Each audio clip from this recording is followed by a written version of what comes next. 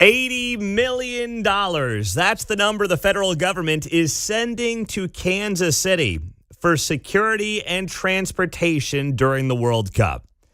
Since this thing was announced, obviously we knew it was going to be in part a slush fund. And that doesn't mean that there are people in Kansas City on the take. I just mean it was going to be a never-ending money pit. Now, not quite like the Olympics is. That thing has become a total, as much as I'm enjoying watching the Olympics, I would not want to be a part of it if I was the leader of a city. It's a money pit. You're going to build all these things, and you're never going to use it again. Not as much in soccer, right? I mean, you got to make tweaks to some of the stadiums and things like that, but you do need money for security, things of that nature. So yesterday, 2 pieces of news came out for the World Cup. Number one, Algeria is going to base camp at Rock Chalk Park in Lawrence. So we've got our 4 teams base camping here in the Kansas City area. We have England, we have Argentina, we have Algeria, and remind me of the 4th there, fellas. Netherlands. There we go. Mark's boys. Argentina chose Sporting KC's facility. Netherlands will be at the KC Current facility, and England was going to work at Swope Park.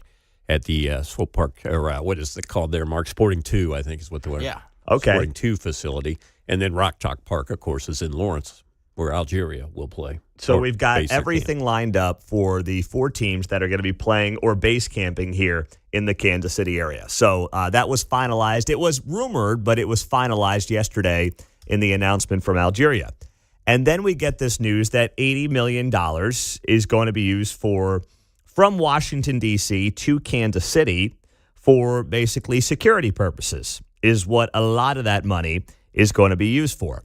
Now, I don't sit here and have a big problem with this. First off, it's federal dollars. It's coming from Washington, D.C. It's coming from President Trump. And we knew that this thing was going to cost us a lot of money in security when we made a bid on it. Remember, this happened during Trump's first administration. Trump made a big push for this, and it was in 2018, during his first term, that it was announced the World Cup was going to be coming to North America. So this goes back, if you're like, oh, waste of time, waste of money, well, Trump's the guy to blame. He made the big push for this thing going back 8 years ago now. I'm not the biggest soccer fan. You guys know that. It's not something that I'm like, oh, super passionate about. I'm not going to be standing outside of base camps at 2 a.m. looking for autographs like Mark Van Sickle might be doing when we get there this summer. Are you going to do that, by the way, or no? Please tell me you're not going to do that. Doing what now? Standing outside of the base camps looking for autographs at 2 in the morning? Oh, not autographs. Okay. No. Maybe right. Standing outside of the base camp, though. Looking for what? Selfies? No, just reporting. I'll be a reporter this summer. Oh, my FIFA gosh. reporter, Mark Van Sickle. Nice. They will have some celebrity signings at the Fan Fest, for what that's worth. Yeah, there'll be some cool things going on. Opportunities. I don't have a big problem with it, even though I'm not a huge soccer fan. My thing was protecting Kansas City dollars, Kansas dollars, and Missouri dollars as much as possible. Kansas kicking in somewhere around $20 million. Missouri's around 40. I mean, is that the best use of money? I don't think so. Am I going to sit here and go nuts over it when Kansas just handed anywhere from $3 to $5 billion over 30 years to the Chiefs? It's chump change.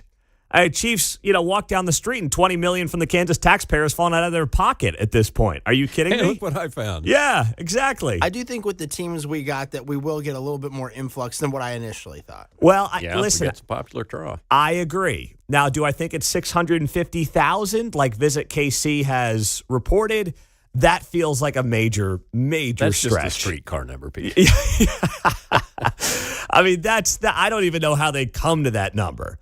Do I think that we'll have a nice influx of potential folks from these other countries here in Kansas City spending money? Yes. Do I think that a lot of Kansas Cityans will have absolutely no impact from this? Absolutely. It's just about where you are, what your business is, and if these foreigners find that business, restaurant, whatever appealing. It's really that simple. That's it. That's the name of the game. So the Fed's bringing in $80 million.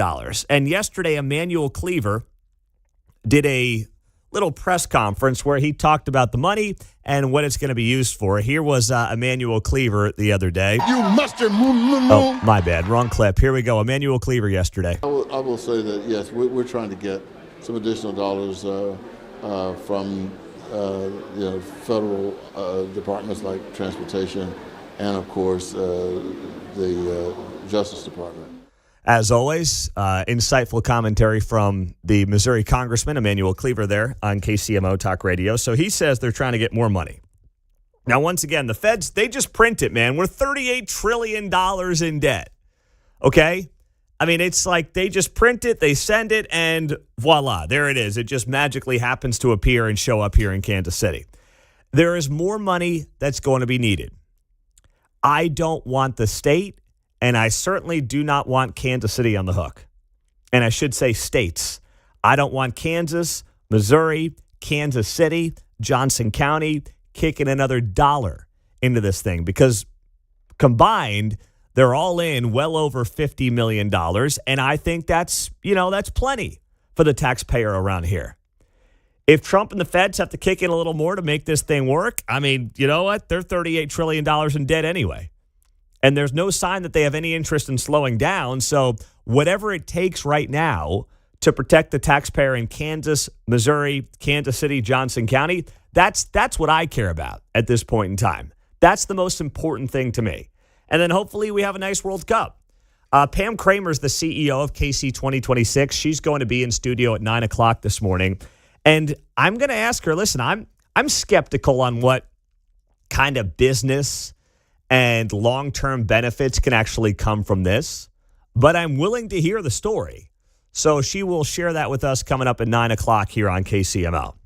Now, speaking of Emmanuel Cleaver, as we get the show started this morning, he officially has an opponent as he runs for re-election this year in Missouri's 5th Congressional District. Remember, the district is not as favorable to Emmanuel Cleaver as it was throughout his entire career. Missouri redistricted its maps last fall. That means that whoever Emmanuel Cleaver ends up going up against out of the Republican Party is going to be likely the favorite to win. And now we know that Sean Smith, Jackson County legislator, ran against Cleaver 2 years ago, is giving it another go. Here's what he told Jonathan Ketz on Fox 4. The other part is that I think I'll do a great job. I think that the people here in Jackson County have seen me do a great job, and we need leaders in Congress who are going to step up and solve some of the problems that have continued to plague America for a long time. You know, I think there are going to be other people that get into this race. But if Sean Smith is the guy who ends up representing the Republican Party and then going up against Emmanuel Cleaver this time around in a district that will be much more favorable to him, that's the kind of guy, and this is not me endorsing him. I've never done anything like that. I'm just saying he's the kind of guy that goes to D.C. and is actually, I believe, there for the right reasons. Like he's not there to be a blowhard. He's not there for his own ego trip. I mean, there's always a little bit of ego when you're running for higher office. There has to be. But that's not the reason a guy like Sean Smith would be there. When you have someone who has been a successful business person their entire career and now running for office and in their own way giving back to their community, in his case, Jackson County, and then potentially in Washington, D.C., that's kind of the path you want, right? You have people sometimes that are like, I'm going to D.C. It's like, well, can we start at like a local level? I think getting the feel for local politics is a great way to work your way into the political arena and then potentially jump to higher office. That's what Sean Smith is potentially going to do here. He knows Jackson County. He's obviously led the way on things like recalling Frank White, the property tax or tax assessment fiasco that the county's dealt with. He knows this county inside out. I think he appeals to a broader base in Jackson County, not just like a diehard GOP base. I think he appeals to more moderate voters, maybe even some left of center voters, based on how he's handled the assessment deal. So that's the kind of person, once again, not that I'm like picking him or endorsing him or anything like that, but that's the kind of person that you would want if you're basically a normal, run-of-the-mill Missourian, Jackson Countyan. This is the kind of person that you want to potentially represent you in Washington, D.C. And if nothing else, I mean, Emmanuel Cleaver, every time you hear him, it makes you wonder when the finish line is coming up. That's what it makes you wonder. But Cleaver, just for the record, he does have a primary this time around from one of Mark's old radio buddies, Fartsel. Hartzell is running, he's a KC tenant, and he is running against Emmanuel Cleaver. But all he's doing is, I see him attacking Mark Alford, I think. I don't know. I'm all confused because I thought he was running against Cleaver in a primary, but all he's doing is attacking Mark Alford. So I'm confused by it. He thinks that'll be good for his primary, I guess. I mean, it's good for his social media clicks. I'm not sure what it does for his primary against Cleaver, but I don't know. I get confused by this stuff now because I'm like, dude, you're running in this race, but you're attacking that guy, and I don't get it. Are we running a race here, or are we running a social media campaign? Because they're two different things. Yeah, social media mostly for me. Oh, man, it is a busy Friday. It's great to have you here on KCMO Talk Radio 95.7 FM. Sean Smith will be on the show coming up at 7:05 this morning after he had his big announcement and kickoff party last night. Coming up next, who from the Kansas City Chiefs family is going to be a part of a somewhat controversial event? Now, I don't think it's controversial. Some people might. We'll tell you who next.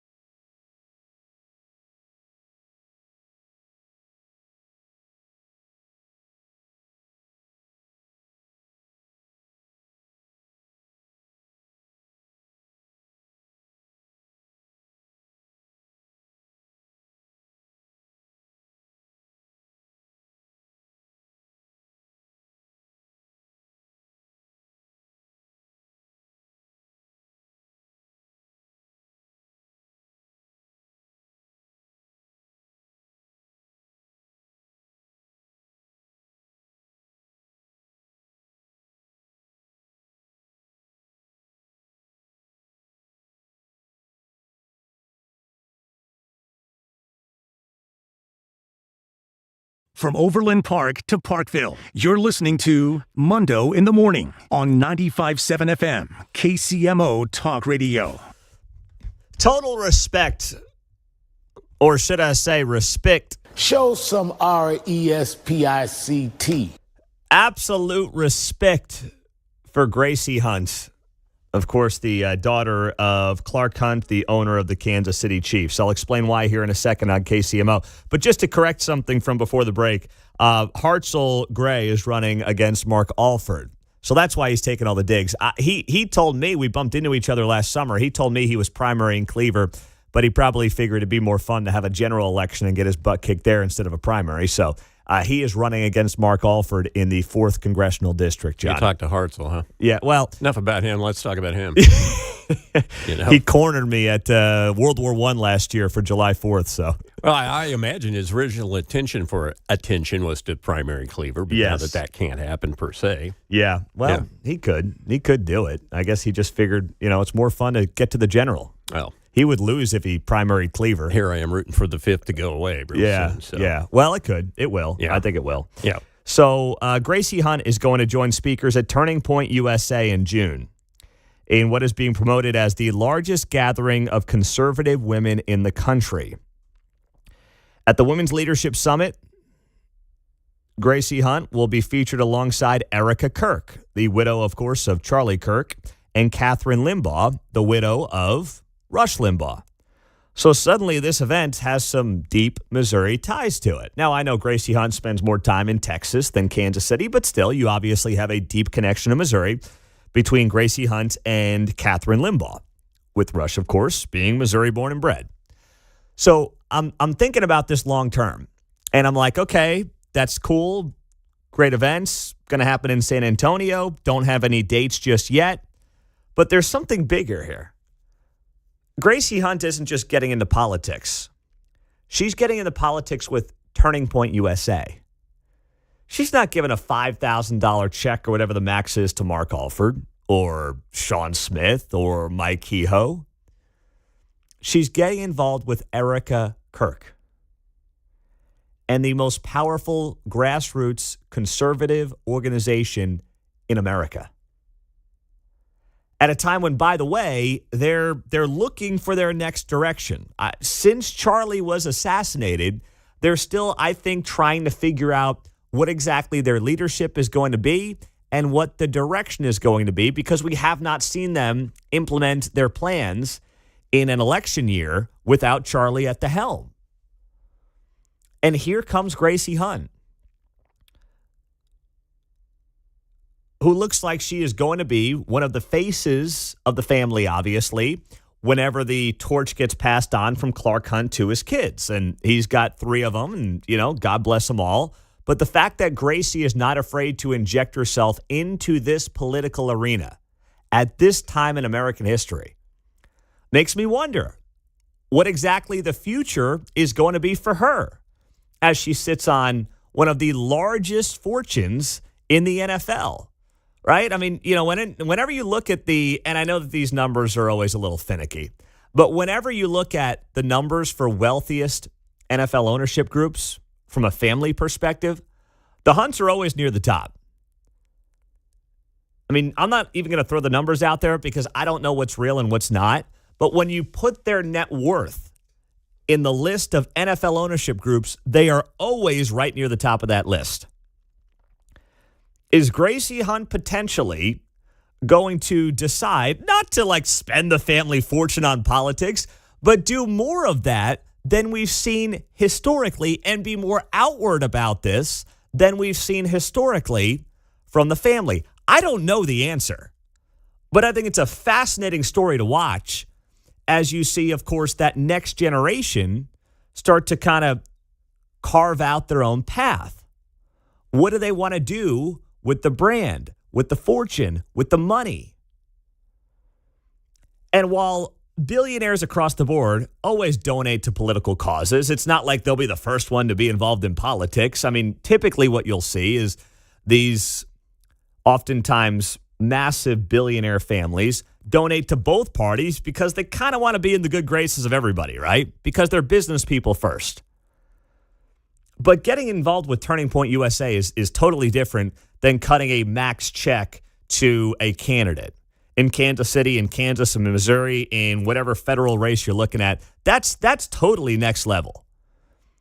And the fact that Gracie Hunt is putting her face to an event like this with Turning Point USA, I love it for her. I love it for the cause.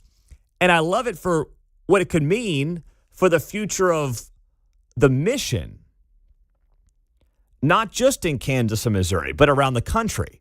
And obviously, she didn't just wake up one day and decide that she's doing this. Okay? I mean, she clearly came to this conclusion, got approval from the family, and has made it clear this is part of what she wants to do. This is part of what she wants her future and potentially her legacy to be about. And Clark, clearly, I mean, I know that she's a grown woman, but I guarantee you that these decisions are not just made by Gracie, waking up one day and deciding, you know what I'm going to do in June? I'm going to go to San Antonio and headline this event with Turning Point USA. And she and Erica Kirk may know each other from their pageant days back in the day, because Erica was Miss Arizona. Gracie was Miss Kansas, I believe. Oh, that's right. That's right. I forgot about that. Yes, there may be some prior connection there, too, that's worth exploring. But all in all, I think that it's something to watch in the years to come, and how she navigates this, how much she gets involved in the political arena. And maybe it's not the purely political arena like R versus D. Maybe it's more of the cultural arena. Maybe it's more of the Christian conservative arena that, yes, filters into the political side, but maybe that's really her passion point, and she becomes a face of that, not just regionally here, but clearly around the country with Erica Kirk and Catherine Limbaugh and people like that. And you know what? We need a lot more of that happening right now in this country. We need people leaning into that, not running away from it, not being scared of it, not protecting their own personal fortune and not putting anything at risk because, well, that may not be good for us.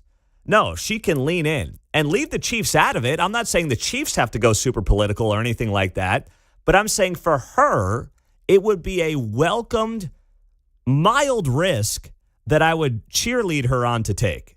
And I'm all about it, and I'd like to see how that plays out for her as well. Coming up, now, speaking of the culture that we're living in right now, you have got to listen to this ad that came out. Somebody running for higher office, not in our backyard, but not far away. And it is as gross and disturbing as it gets. And I want to take your calls on what this means for us culturally, not politically, coming up next.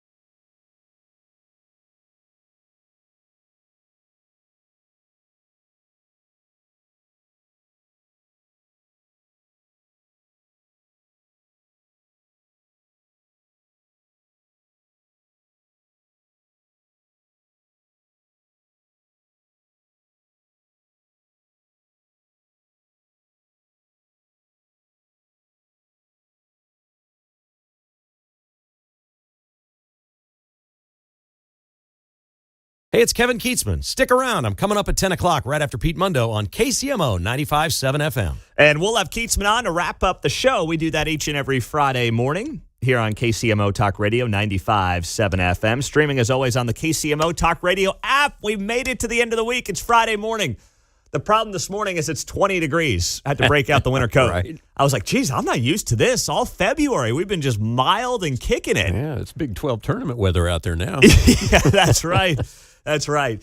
So I want to ask you, I mean, we are in a nasty place in our politics right now, nastier than maybe we've ever been going back to the Civil War. I mean, I'd have to ask my historian buddy Bill O'Reilly for confirmation on that. But it's just nasty, right? We know that. It's nasty regardless of what side you're on. Just admit it's nasty.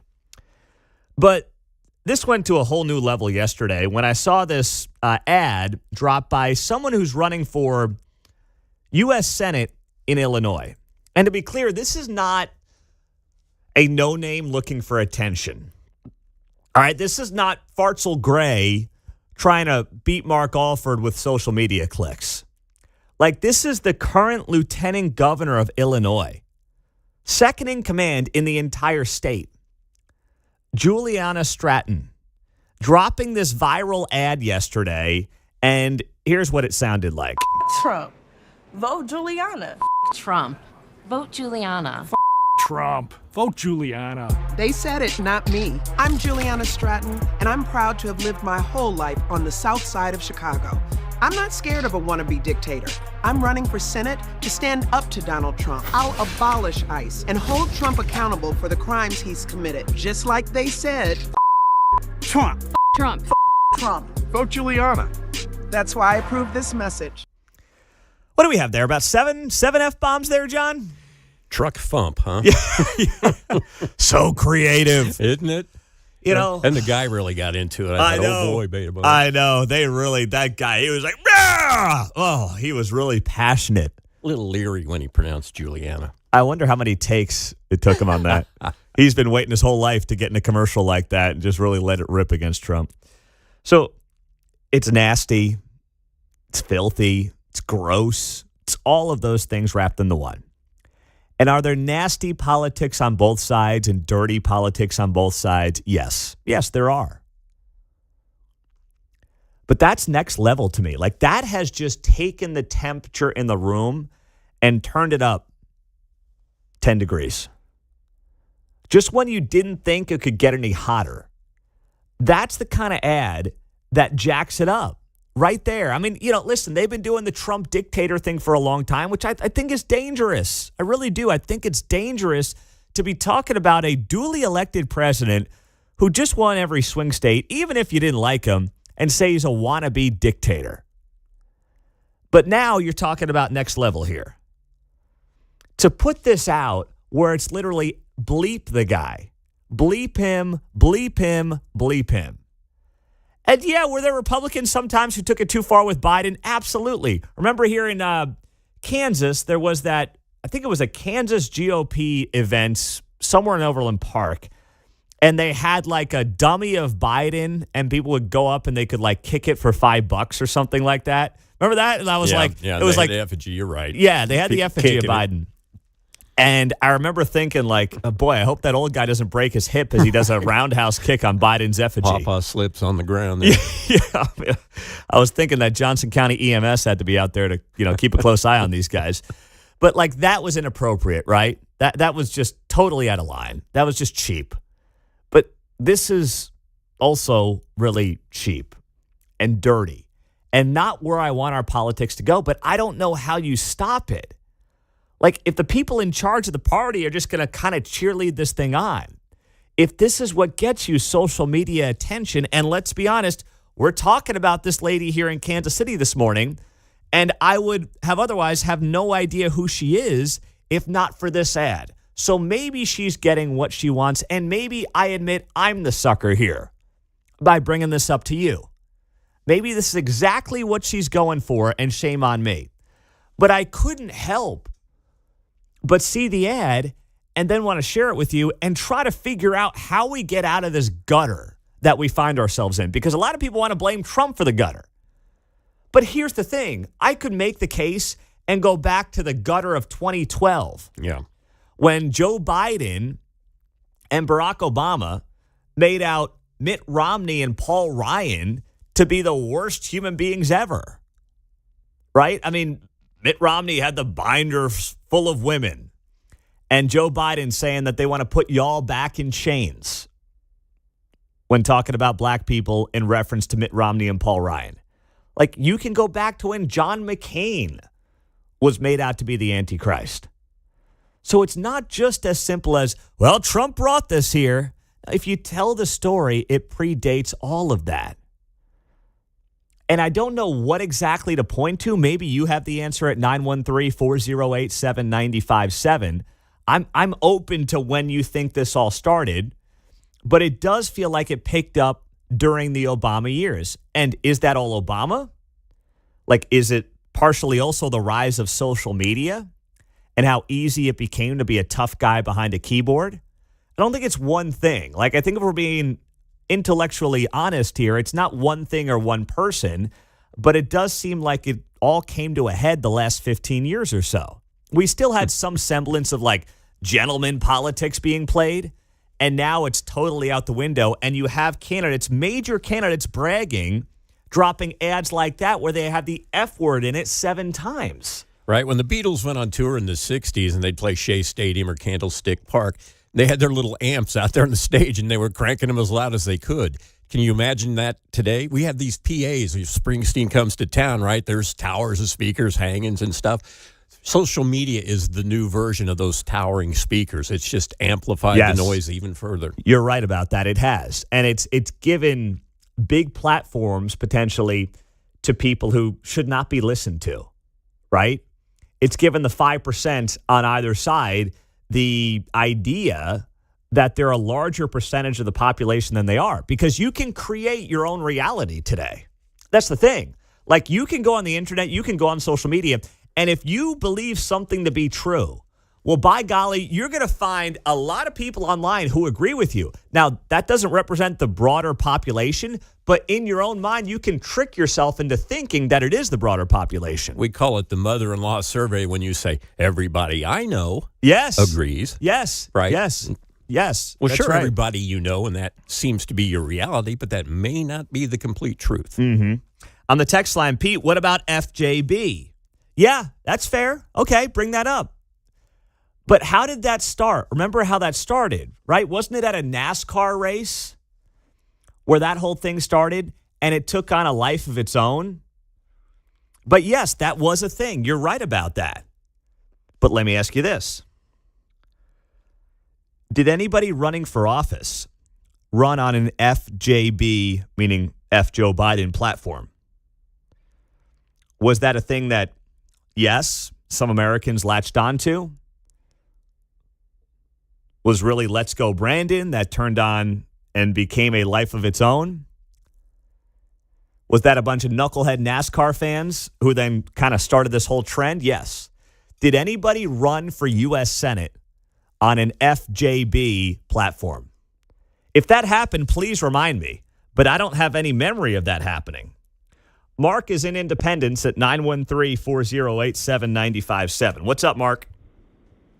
Hey, listen, I remember I was in college when Reagan was running, and a lot of the Rhino Republicans kind of went after him because he was very conservative. And the Democrats really went after him, and then the GOP hired Lee Atwater as their hitman. And the Democrats hated him because he really butchered them in return. In fact, with the brain tumor years later, if you remember, he tried to make amends with them. Hardly anybody shake his hand. But it's been slow in coming, and John's right. Social media is just help people communicate in in an ill-mannered, uncouth way. But I remember it started with Reagan, and the liberals really seemed to be loud and uncouth. And in fact, you can go back to Woodstock, the way they protested, the grotesque behavior out in the big field, saying they're. But it did feel, Vietnam, Mark, let me ask you though, it. it did feel like we had a calming down period during the Clinton years. Maybe the back half of the 90s, it felt like we had a calming down period. And then 2000, that election between Bush and Gore, September 11th, war in Iraq, and then it starts to kind of snowball from there. Now, if you remember, though, Clinton, the Democrats resented because the Republicans, went after Clinton with the Monica Lewinsky situation. And in fact, I think they still remember it, and that's still in the back of their minds. And then since Trump crossed over to be a Republican, I just but the liberal Democrats have always tried to be the loudest voice in the room. Until Trump came along. And then they found their match. But look at the commercial you just advertised. They're trying to outdo themselves, and then also, you got people bringing the ghetto with them, with their speech and behavior, and they need to leave it where they came from, and that's how I feel about it. Well, listen, I think that there's plenty of that to point to across the board, but to each their own. I mean, we have many different factions of America, right? You've got rural red Republicans. Right. You have extremists in any group of people you want to point out. Absolutely, man. Absolutely. I mean, you got people certainly in inner cities. It's just that's America. Got to kill them harder, Pete. Yeah. There's certainly some of that across the board. Yeah, people kill them harder. Oh, my gosh. 913-408-7957. That's how you join us on KCMO. Our 6 at 6, top 6 stories in the 6 o'clock hour. Next on KCMO.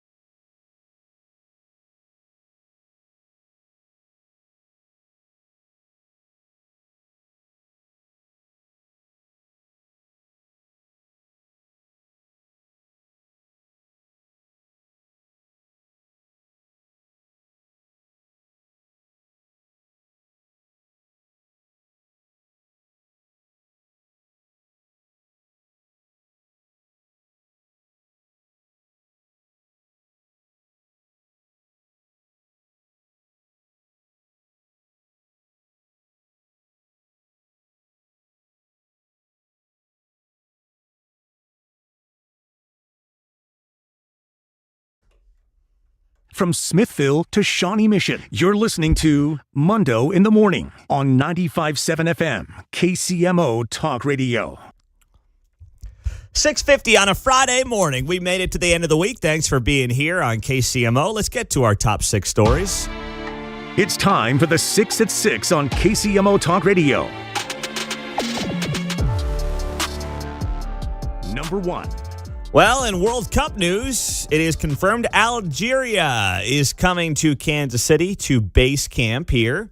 They'll be in Lawrence at Rock Chalk Park, so that gives us the final 4 base camp teams. Algeria joining England, Argentina, and the Netherlands as base camp sites in Kansas City. That means they'll practice, and they won't play all their games here, if any, but they will be here practicing for several weeks, and then they will fly to wherever they need to fly around the country to play their games. They do have that first game against Argentina in Kansas City on the 16th. Very nice. Of June, yeah. Very nice. It's going to be a fun few weeks here in Kansas City. Number 2. Next up, Sean Smith announcing that he is going to run for Congress against Emmanuel Cleaver in the 5th Congressional District.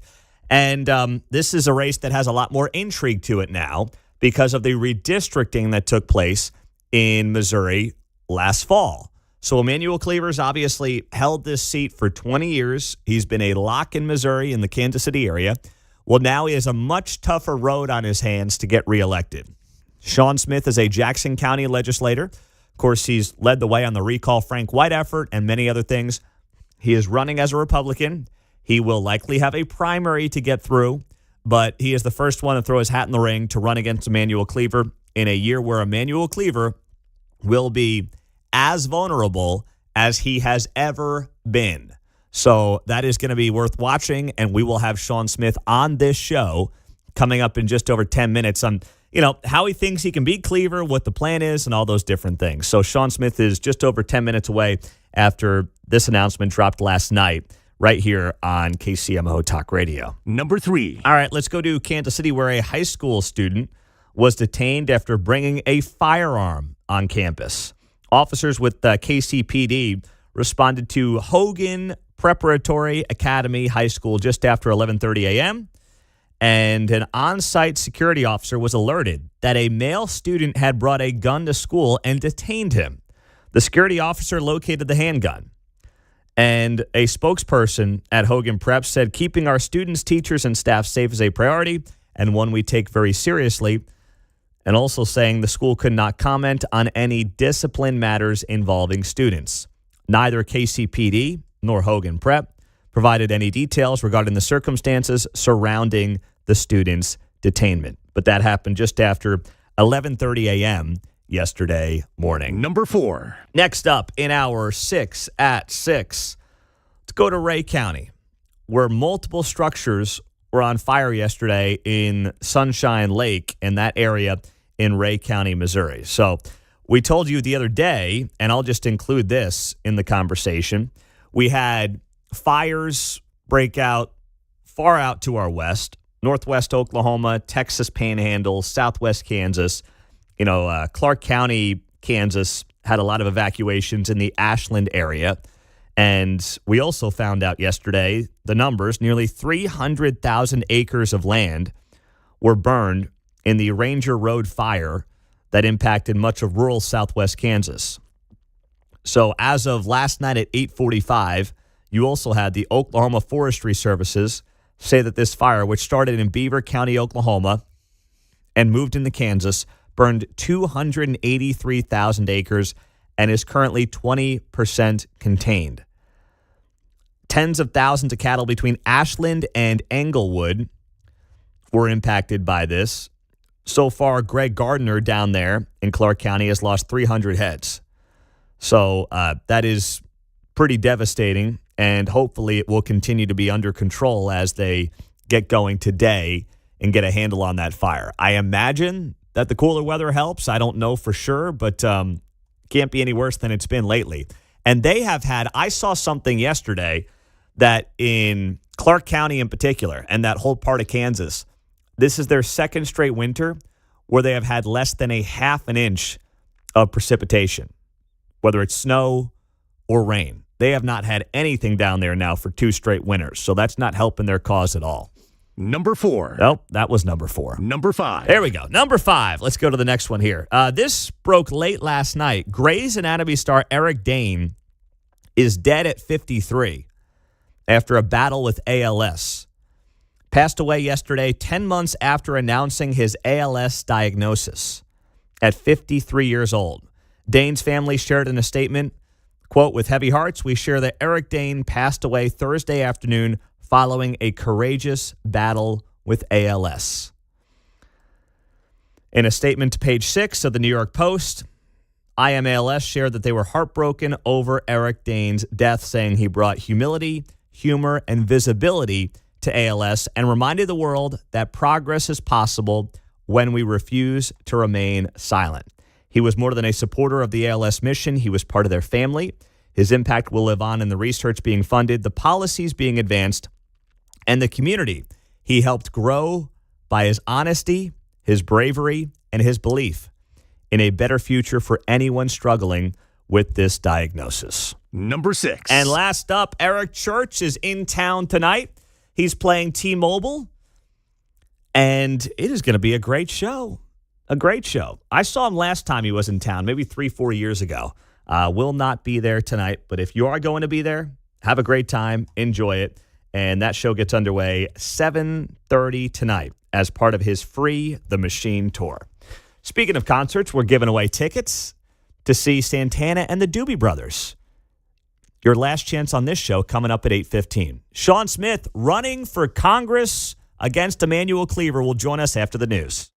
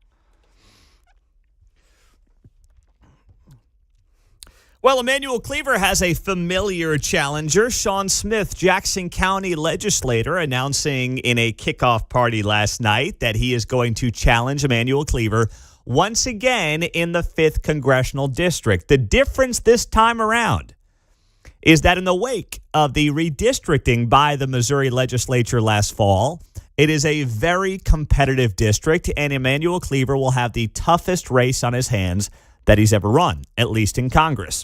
Sean Smith is here on KCMO Talk Radio. Good morning, Sean. Thanks for joining us on the show, and just take me through your decision, why you decided to make this move.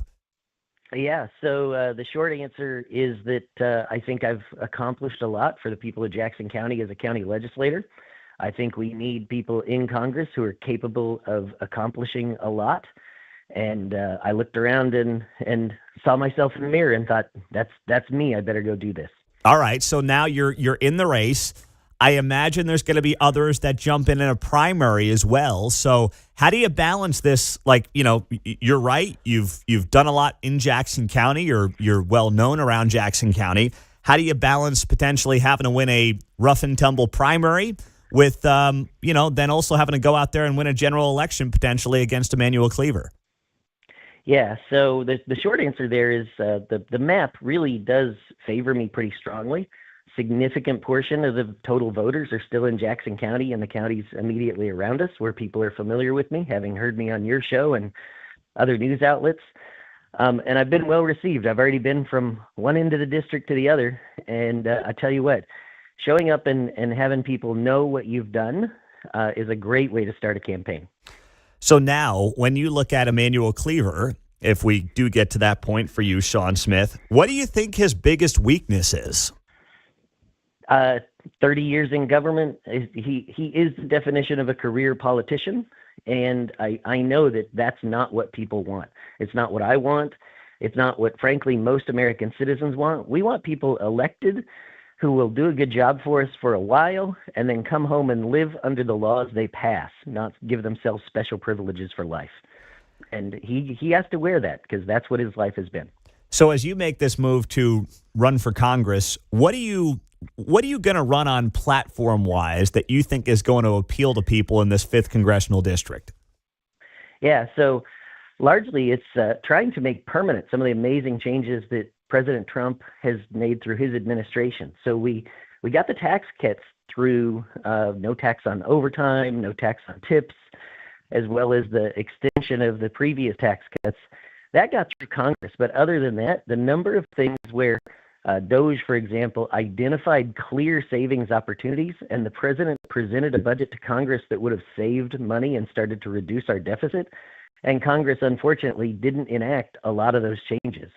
We have to grow up and not just keep spending money like college kids that just got their first credit card.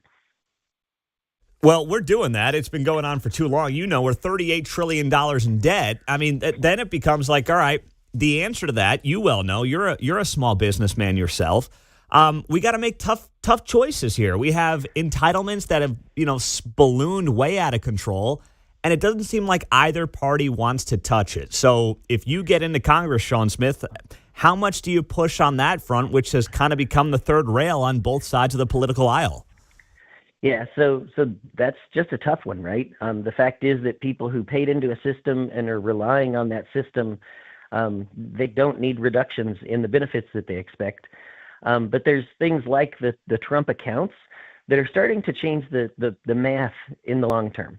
And that's the kind of thinking we need. The other thing we have is vast natural resources in this country that have been overly restricted. And if you just look at ANWR, where we can produce amazing amounts of energy, the opportunity to take advantage of that to help pay down that deficit and put us in a much better fiscal footing is very, very real. We just need to really, make some decisions that allow us to unleash industry in this country so that we grow past the point that debt seems so massive and unchallengeable. Mm-hmm. We have to let the guardrails off of business, and it's going to happen. Some of the amazing things that are happening in AI and technology are going to cause exponential growth here, and it changes the equation is the bottom line. Sean Smith is a Jackson County legislator. You know him well on that front. He announced last night in a kickoff party he is going to run for U.S. Congress and challenge Emmanuel Cleaver. So what about this whole thing about how while the map was changed last year, there are legal challenges happening right now with this map in Missouri? How confident are you that the map that the legislature passed in the fall is going to be the map that you're running in? I'm extremely confident that that's the map that I'm running in. If you look at the fact that filing opens on Tuesday and that, for example, one of the trials has closing arguments today, the likelihood that those trials are going to reach their conclusion, find against the new map, and get through the appeal process before this election are virtually zero. 2026, this is the map. And, 2 years ago, you mentioned I ran against Cleaver. My goal was to retire Cleaver. I thought maybe I could do it on my own with some help from friends. Well, it turned out the friends were the White House and the state Senate, state legislature getting a new map. And in 2026, that's what we're going to do, is we're going to retire Cleaver. All right. So with that new map, by the way, you're going to be going to places that you were not going around to last time around. What's first on the list for Sean Smith and the place that he's got to get out to, he wants to go visit as he starts this congressional campaign? Yeah, so just a couple days ago, I was in Boone County at their Republican committee meeting, as well as a smaller Republican group, and it was great. I walked in. I had friends in the room that I didn't expect, former senators at the state level. They said great things about me. When I can get a warm welcome like that someplace that's literally at the eastern edge of the district, I feel like it's pretty good. Just over the county line in Johnson County, I was presenting to a group, and the guy that was running the projector said my legislative aide, Ashley, and Sean saved him $40,000 on his commercial property taxes just this year. So that it's more than just people in Jackson County who have benefited from my service, and I hope people respect that. Well, good luck. We appreciate you hopping on there, Sean Smith, and get after it, man. We'll talk to you soon. Thanks, Pete. All right, there you go. Sean Smith running for Congress. Had a kickoff party last night as he will give Emmanuel Cleaver a run for his money. He ran against Cleaver 2 years ago, but once again, that was a very different map, right? Very different district. Cleaver was a very heavy favorite in that race. Since Missouri redid the maps last fall, and yes, there are legal challenges, it's believed that this map is going to be the way it is for at least this cycle. Now, there are Democrats who are hoping that if they can't get the map changed back this cycle, they can do it for 2028. There's a long game that is being played here, and that's why some Republicans may not jump into this race this year against Sean Smith because they don't know if the map's going to hold. So there is some of that, politically speaking, that is at play and is part of the conversation. 913-408-7957. Paul is in Kansas City. Hey, Paul, good morning.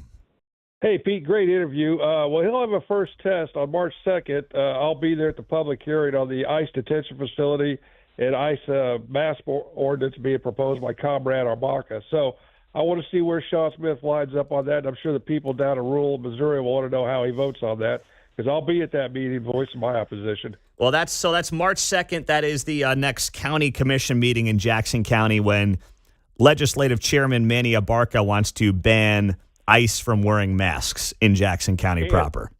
And the detention facility, putting no ICE detention facilities in the county. Oh, I didn't realize that was on the agenda, too. Yeah, Comrade wants to do both. Yeah. Comrade Abarca. That's the nicest thing you can call him these days. I'll tell you that right now. Oh, my gosh. Sir. Yes. All right, Paul. That vote, thank you. Have a great weekend, Pete. You too, man. Have a great day. Appreciate it. There you go. Paul in Kansas City on KCMO. Coming up, the pit bull conversation is back in the forefront after a tragedy yesterday in Kansas City. I may go full-blown Kristi Noem here on you. All right? The story is next.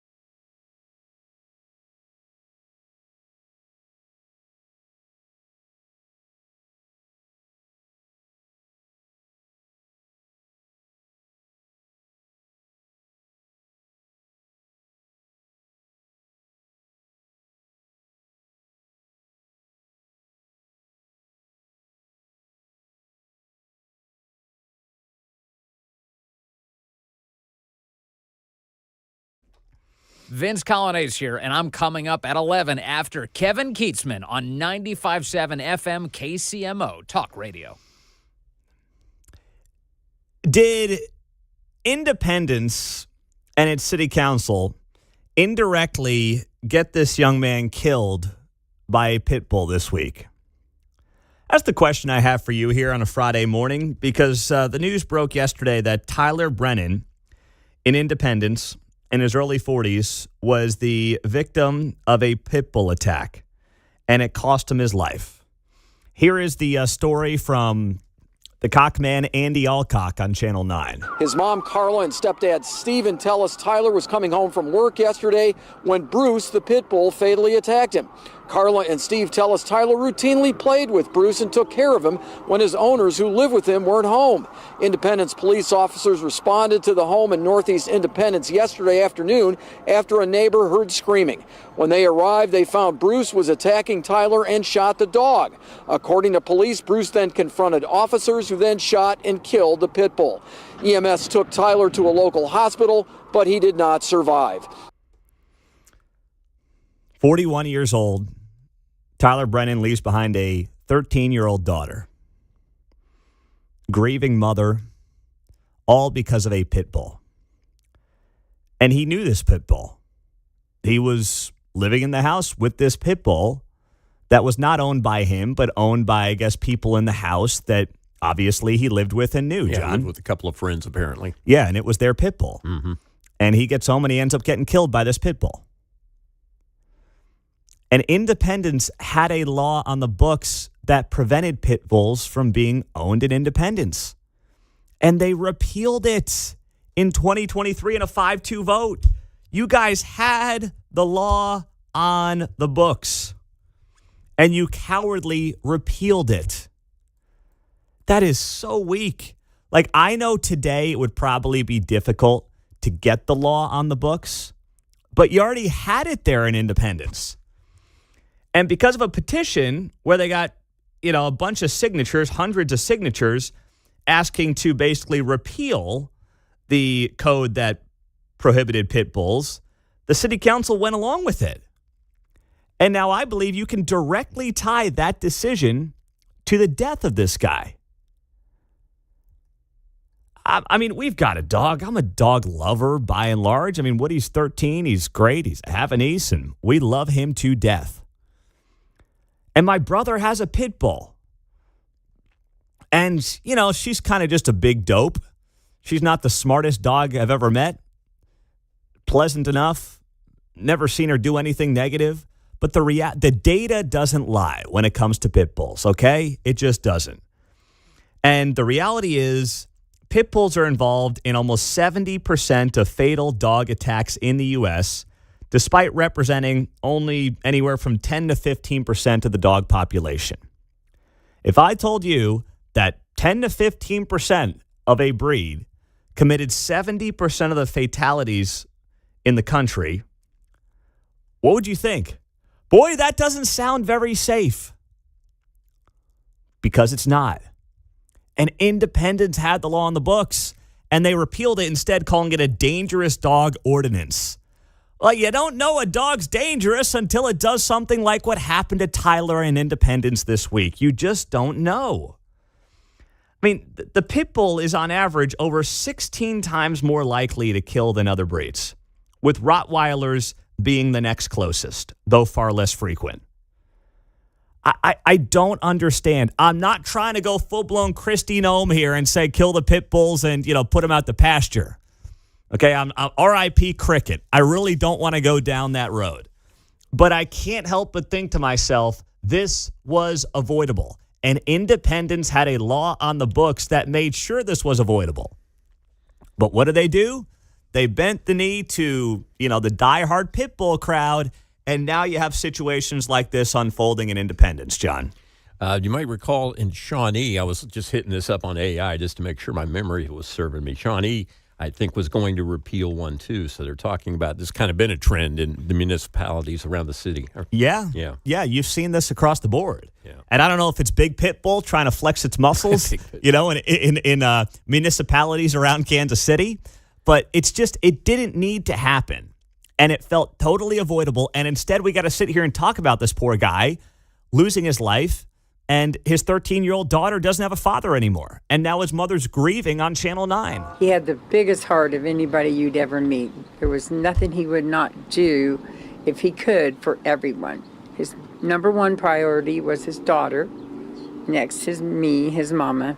He was my youngest boy, so he always told everybody he was mama's boy. On the text line, Pete, is there anything on why the dog was attacking or why the dog ended up attacking this person? Well, the dog has not spoken yet to that, so we don't know the answer. I mean, I don't know. I did. I had read the guy had just walked in the house. He obviously lived there. So yeah. He was used to just coming on in. It wasn't like knock on the door, hang on, let me get the dog back. Yeah. Anything. I don't think the cops have interviewed the dog yet. So I don't know if we're ever going to get that answer. I just know the guy knew the dog, obviously. He was living with the dog. And while I know I could field phone calls all day from pit bull owners whose pit bulls are very kind and very nice and would not do such a thing, and I can tell you personally, like I said, my brother has a pit bull. And, you know, she's fine. But I also can't deny the numbers here. And I'm looking at the numbers and saying, you know what? We've had these issues before around Kansas City. We now, and it's not like this was a little old lady. Like, this was a 41-year-old healthy man who got attacked and killed by this pit bull. Do you realize how aggressive that dog has to be? Where a 41-year-old grown man looks like a big, sturdy dude can't get out of that situation? What does that tell you? It's just, gosh. And here's the thing. Independents can't go back on this. The city council's not going to now vote for a pit bull ban. There's no way. They won't have the political wherewithal to go ahead with it. They won't have the stones to do it. Cat's already out of the bag. So now you're stuck with this policy. And it didn't need to be this way. It was totally avoidable, and it didn't need to be this way. 913-4087-957, the text line and the studio line here on KCMO Talk Radio 95.7 FM. Streaming, as always, on the KCMO Talk Radio app. Coming up next, have you ever turned down business? I want to genuinely ask you this question. It's not a right or wrong answer. But have you turned down business because of the politics of a customer? It seems insane to me, but the Star had a story on this I'll share next.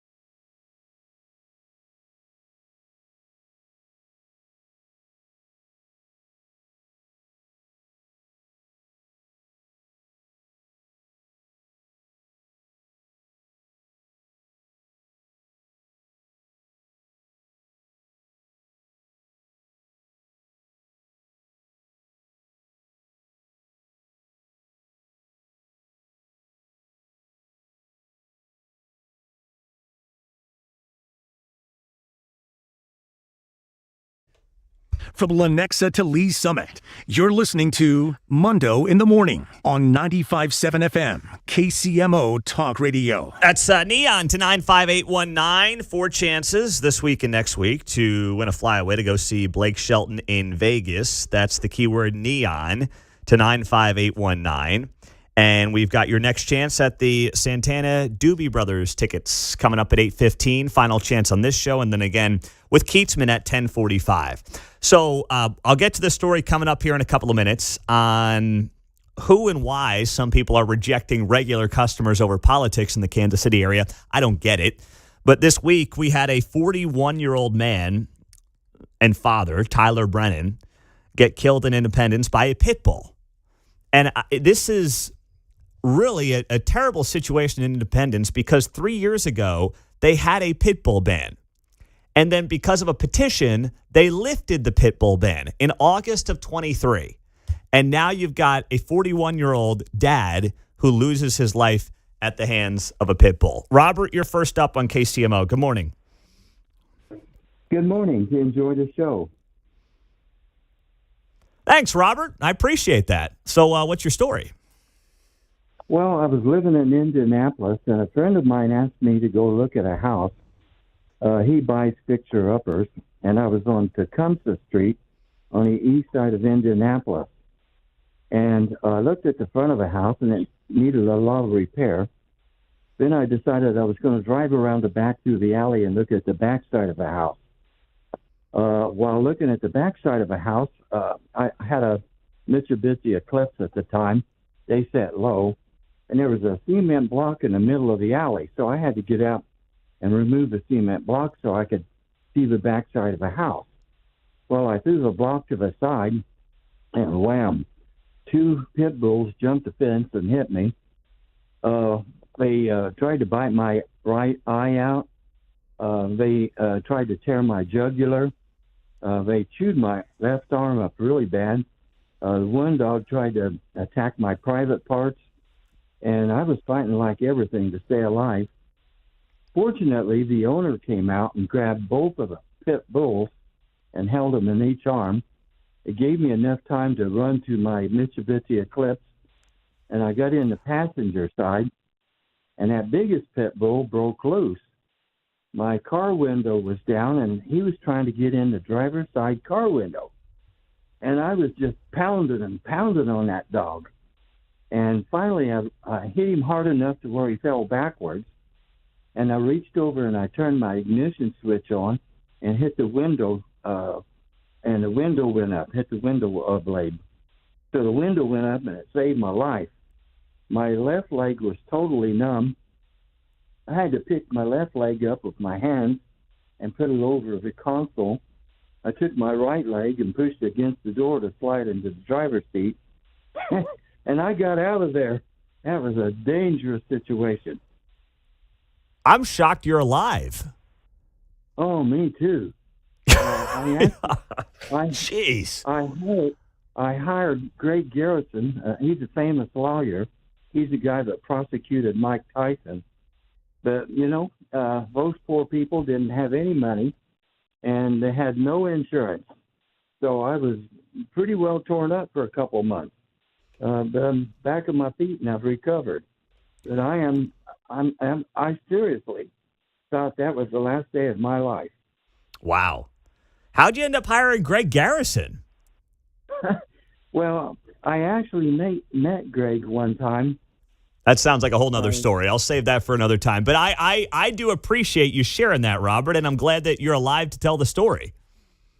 Well, thank you very much. I greatly enjoy the show. Hey, thank you, Robert. Great to have you on. I appreciate that. I mean, listen, I know it's just one caller, but I've got the data that shows pit bulls are 10 to 15% of the dog population and commit 70% of the fatalities that dogs commit in this country. And you got Robert. How many people like Robert don't count, right? Thank goodness Robert's not part of that number. But how many attacks? I haven't even been able to dig up the attack numbers. I just know the fatality numbers. But, Robert could have been easily part of that statistic. Easily. Going after the jugular. And some point off the air, maybe like a fifth-hour bonus hour, I'll figure out how he ended up with Greg Garrison as his attorney in that case. That's wild. Unbelievable. So let's go to Lawrence. Let's flip to the other side of the state line. Kansas City Star had this headline piece yesterday. In progressive Lawrence, ICE comes to town. These community members are not happy. Okay, no shocker that if you did a survey in Lawrence, Kansas, they're not going to be happy with ICE detaining what was like 5 people the other day. It's one of the reasons I've said that the administration needs to be more transparent on who they're detaining to win the narrative. Whether or not they take that advice remains to be seen. But I'm going through the Star article, and they're obviously interviewing local people, and they're talking about how people are outraged by this and whatever. I mean, that's their prerogative. They can be outraged by it. But what I thought was interesting is when they were interviewing local business owners in this piece in the Kansas City Star. And they're interviewing local business owners, and they're talking about how they're specifically turning down business. Like, they talked to this person, Nico Palacio, an employee at Rudy's Pizzeria, which displays one of the signs, against ICE in Lawrence. And Nico said his first customer of the day on Wednesday was a man who wore an I Support ICE hat. And Palacio says that he denied him service, telling the Kansas City Star, I said, quote, I'm not going to help you. He told me that I had a simple mind. Now, I don't know who owns Rudy's Pizzeria. It says here that Nico Palacio is an employee at Rudy's Pizzeria. Now, they have they have anti-ICE signs at the business. So I assume the business owner is simpatico with Nico. And he said that someone walked into the pizzeria wearing an I Support ICE hat, and they were denied service. That's their private business, I guess, right? So they can deny service to whoever they want, theoretically. But 2 things. 1, why would you do it? If you're a pizzeria and all you want to do is sell as much pizza as possible, why wouldn't you take the person's money? Unless you genuinely believe, right? And this is where I think this is all trending. You genuinely believe that ICE is like the Gestapo and you're fighting back against Nazi Germany or something like that, which is what some people have been programmed into believing, which is just utterly insane on so many levels. And we've gone down that conversation road a million times. I'm not going to do it right now. But is that good business? Would you do that if that was your pizzeria and your business? And what's the benefit outside of feeling virtuous? Hurting your own business as a pizza shop. What's your upside here unless you are so die-hard about the issue and you've been warped politically on the issue to the point where you're not selling pizza to somebody who's coming into the shop looking for a slice, John? Seems like we used to deny people service based on race, and we got rid of stuff like that. Well, we even decided that was bad behavior. And what about, baking cakes for people? Things like that. Right? I mean, we could go to Colorado and have that conversation. So it's like, okay, do we want to open up Pandora's box on that front again? Do we want to do that? And are we continuing to trend down this road of literally almost having 2 economies in this country, which I don't like? I'm going to the conservative pizza place tonight, not the liberal pizza place. It's for one there. Yeah, I don't want to live like that. I don't want to know the politics of my pizza guy. I don't have any interest. I don't want to know the politics of my, favorite dive bar. I just want to go there because I like it. Kind of like my musicians, kind of like Springsteen. I love the music, but I'm skipping the tour because he's making the tour all about politics. I don't want to live in that world. And maybe some of you are like, screw it, rip the Band-Aid off, let's just do it. But I don't want it, man. I want no part of that. But if they're going to kind of force our hand on this, then, don't really have a choice. Kevin's in Midtown. Kevin, good morning. Hey, good morning. Enjoy your show. No, I would never turn down business, no matter who it was, and neither would the Star. The Star would not turn down ICE subscribers as bad a shape as they're in. Now, what Trump is doing is he is changing things from a social system to an economic system. And Reagan did this. And in a social system, everybody's a victim.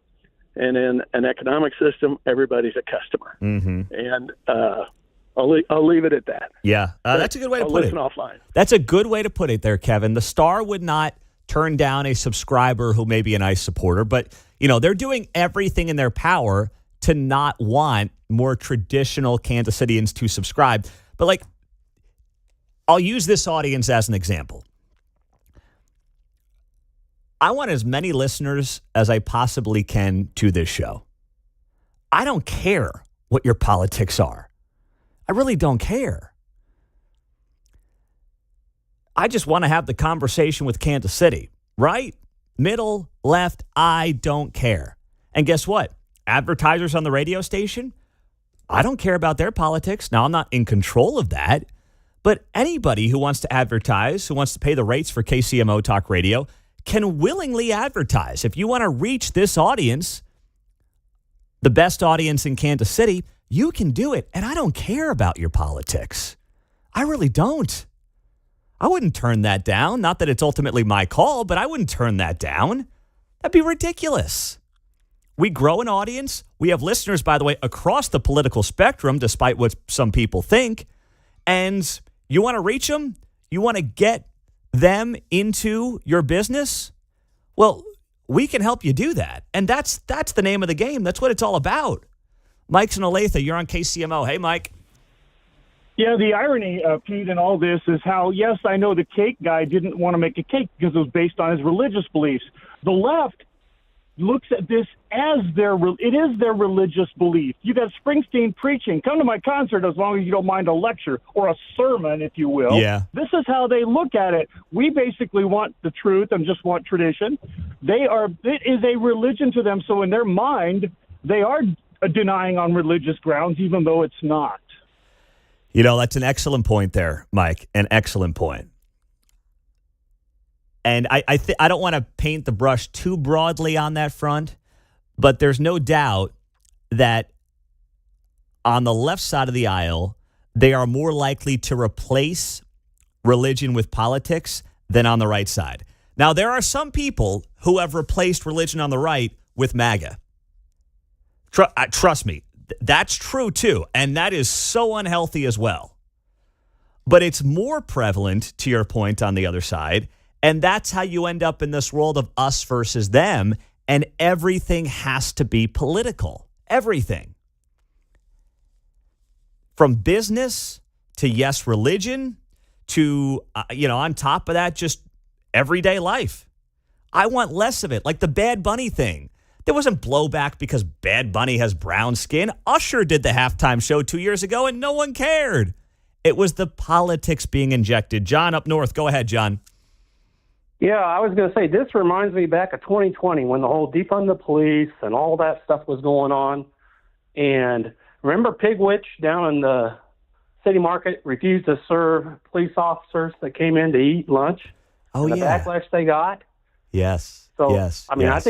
I think you run a bigger backlash of people saying, what do you mean you're not going to serve these people just because of that? That's a good point. There is a 2020 element to all of this that you're right to bring up there, John. And thankfully, it's not impacting, at least not in a major way, the corporate businesses yet. It's more of being done locally. I hope, and I really don't think it will get to the corporate level. I think that on the corporate level, they learned their lesson from 2020. That was bad business.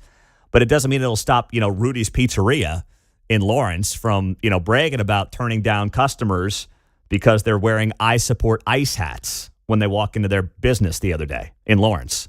913-408-7957. The text line on the studio line here on KCMO Talk Radio. We can get to you. And also why those who are pushing the Make America Healthy Again agenda, not the MAGA agenda, but the Make America Healthy Again agenda, are not happy this week with the administration. That story is next.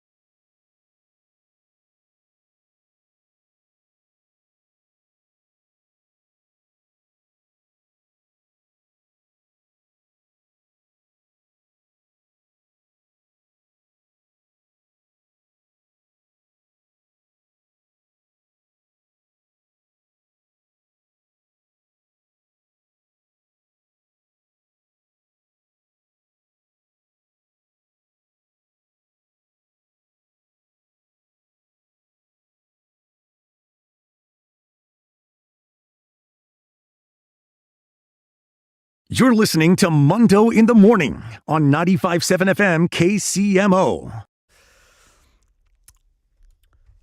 So the Make America Healthy Again movement not happy with President Trump this week. And Bobby Kennedy's in a tough spot. So listen, I think that the Make America Healthy Again movement may go down as actually more influential than the Make America Great Again movement. Because if we get this country back on track health-wise, it changes everything. Yeah, touche. I mean, it really does. From the quality of life to the birth rate to the health and well-being to how much money we have to spend on certain health products and health programs. I mean, everything changes if we get this country back on track health-wise. And nothing about it's political either. So Trump on Wednesday night signed an executive order invoking the Defense Production Act to compel the domestic production of elemental phosphorus and glyphosate-based herbicides. Glyphosate is the chemical in Roundup, and it's the most commonly used herbicide for a slew of U.S. crops. Trump, in the executive order, said the shortages of both phosphorus and glyphosate would pose a risk to national security. Now, the problem is that MAHA has gone after glyphosate, which has been alleged to cause cancer in a bunch of lawsuits that have been filed. But now the executive order threatens to unravel the coalition of MAHA and MAGA ahead of the 2026 midterms, writes CNBC. Now, I think that's a little overblown because what's, MAHA going to do? Jump to the other guys right now? I don't think that's going to happen when given a binary choice, which is all politics is, binary choices. But at the same time, the glyphosate thing is very controversial. And as someone who is married to a diehard MAHA person, but also occasionally does use some Roundup, I've been told to get that stuff out of the house ASAP. So that's on my to-do list potentially as soon as this weekend. And listen, it's one of those things I didn't have any defense because I can't really defend it. Like, I don't really need to have Roundup around the house, and she's right. But, guilty as charged. Once in a while, I've got to kill some things in the flower beds. I will use some Roundup, okay? I've got to Google this guy's name. I think it was Jim Baker, but he used to make natural pesticides and say, hey, get some soap, some water, some chewing tobacco. He'd have like 7 things, and it was all just natural stuff, so you may want to check these out. Well, I'll look up your boy when the show's over today because I'll need something else. So, I get it, but I'm telling you right now, while Trump's playing with a little bit of fire here, if he's going to go all in on glyphosate and he's going to back it, and this is a tough spot for him because there are farmers who need it. Like Roger Marshall has tried to walk this fine line of understanding that glyphosate is valuable to farmers, but also knowing that MAHA is dead set against it. And it's a slippery slope where you want to be pro-business, you want to support agriculture, but, the glyphosate thing is a lot of people bent out of shape. And I get it. I totally get it. Is it the thing that defines the midterms or breaks up a coalition? I don't think so. I don't. But it's something to watch going forward, John. I had to look it up. It's Jerry Baker like this. 2 cups of mint-flavored mouthwash, 2 cups of Epsom salt, and 2 cups of beer. All right. I'm in, Jerry. That's the recipe for an herbicide I think he's got there. So there you go. I got a reason to go buy some beer on the way home today. There you go. Thank you for that, John. Hey, you told me to get something natural, okay? Coming up next, it might be my most unpopular take of the week next.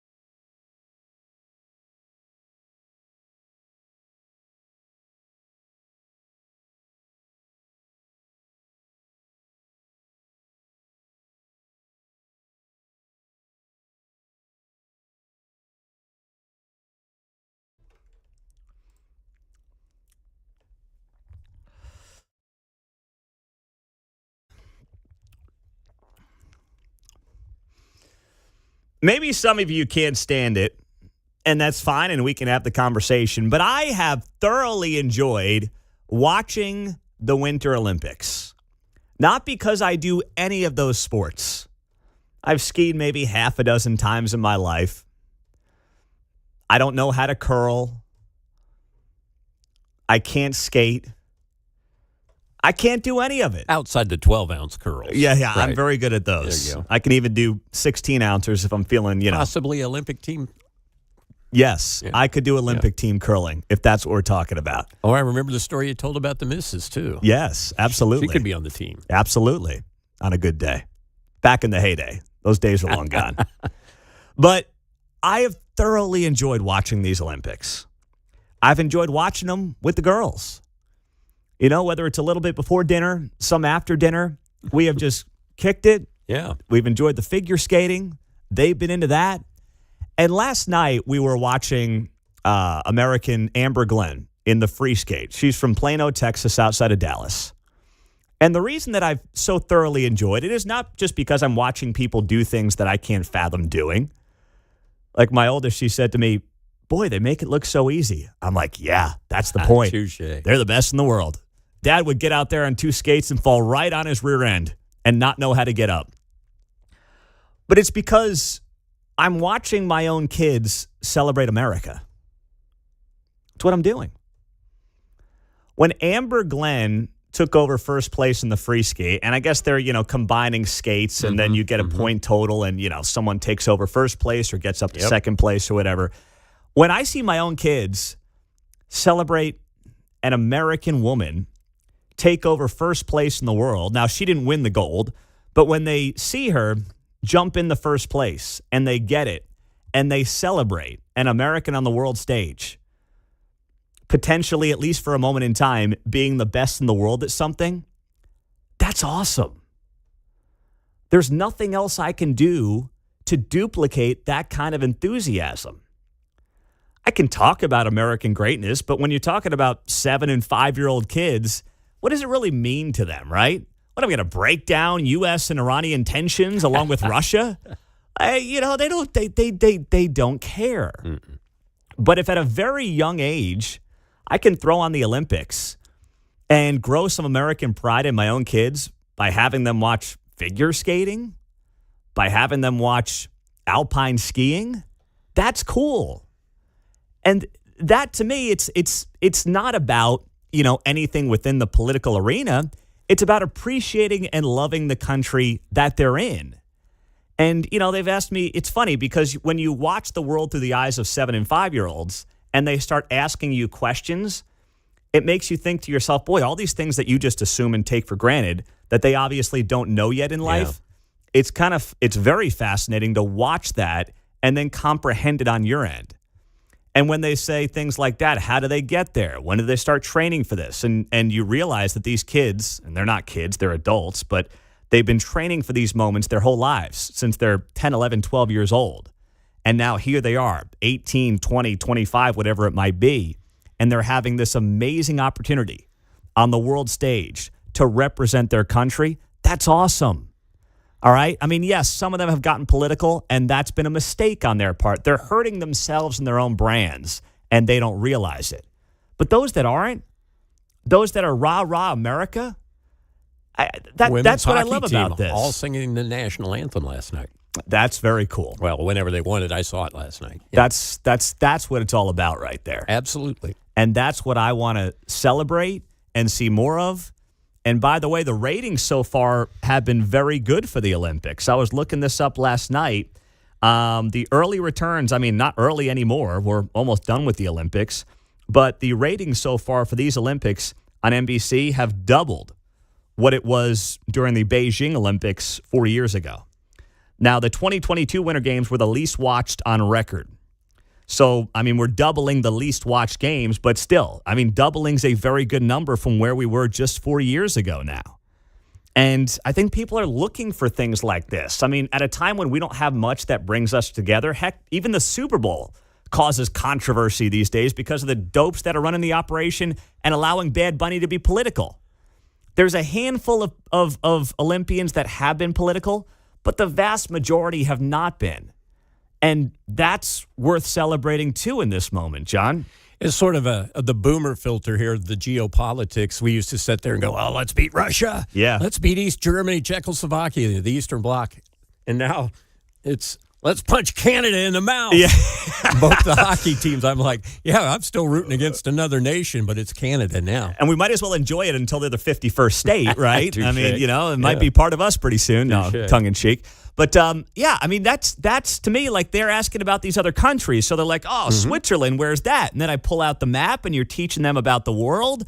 And there's all these things that I feel like I'm getting out of it and able to portray and help them understand in a fun way. Absolutely. And that's just great. Excellent work. I love that with little kids. And that's why I'm enjoying it. Now, I admit, if I was sitting there right now by myself, or Kate and I were sitting there without kids, I might flip it on.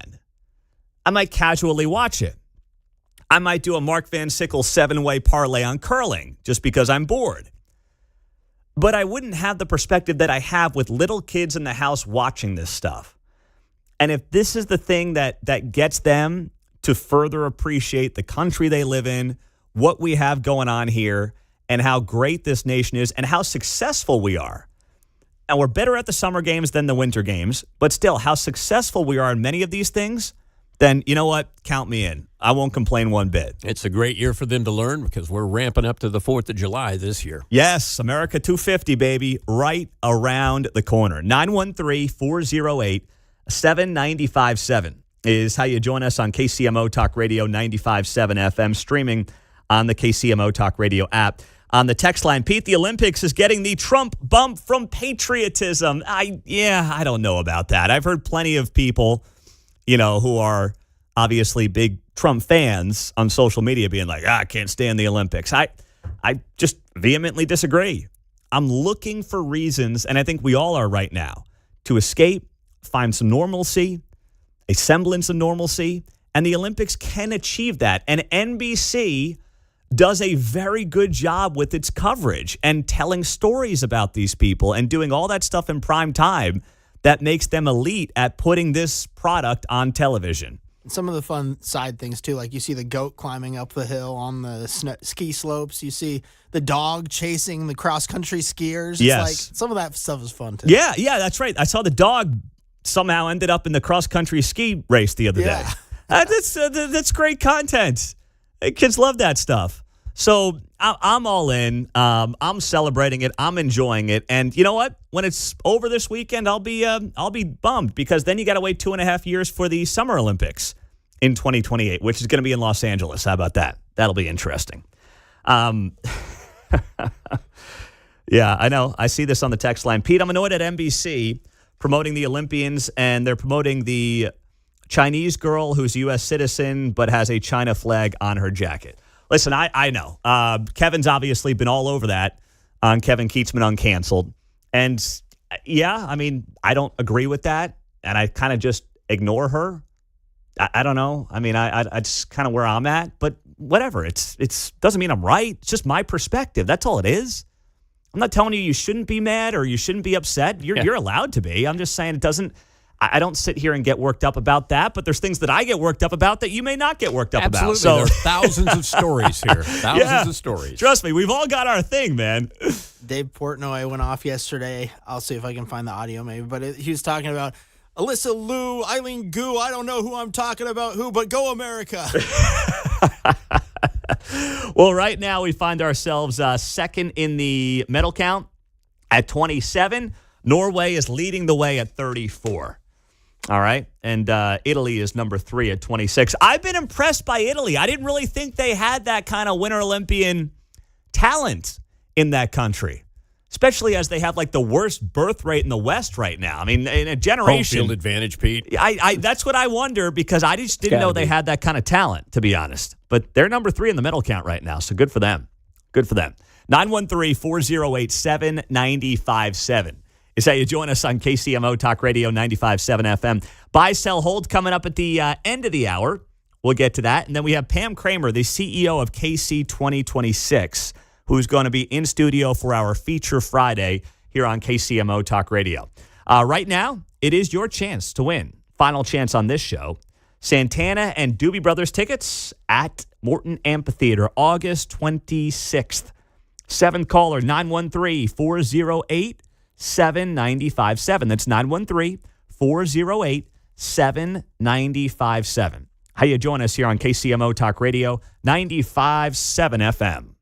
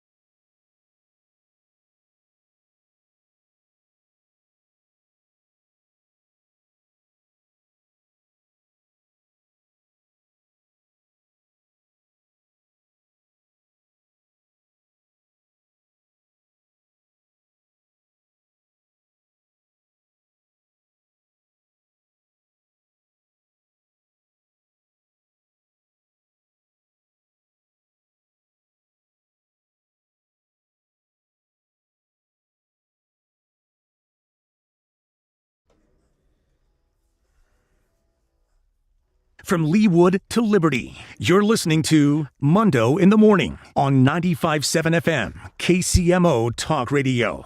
Who won the tickets, John? David in Parkville is number 7, our next to last winner. One final chance today coming up with Kevin Keatsman, uncanceled at 10:45. And if you don't make it then, tickets are on sale today for Santana and the Doobie Brothers, and that show's August 26th at Morton Amphitheater. Very cool. Well, that's a short drive for David up there in Parkville to the new Morton Amphitheater. Nice job there, my man. Well done. Congratulations. Yes, one more chance to win those tickets, 10:45 during Kevin Keatsman Uncanceled. Real quick, just to put a bow on the Olympics conversation, I may have to steal this from a texter. Pete, we love watching the Olympics as a family. Our tradition is to go to the grocery store before the opening ceremonies, find foods from as many international countries as possible. It's a grocery budgeting lesson and a geography lesson, and that's our dinner. Nice. That's cool. See, that's how you can celebrate and teach kids stuff about America and other countries while also making it fun using the Olympics to do that. I may have to steal that idea. That reminded me, we bought tortellini and it's sitting in the refrigerator. I just need to pick out a sauce. I've got to get the sauce.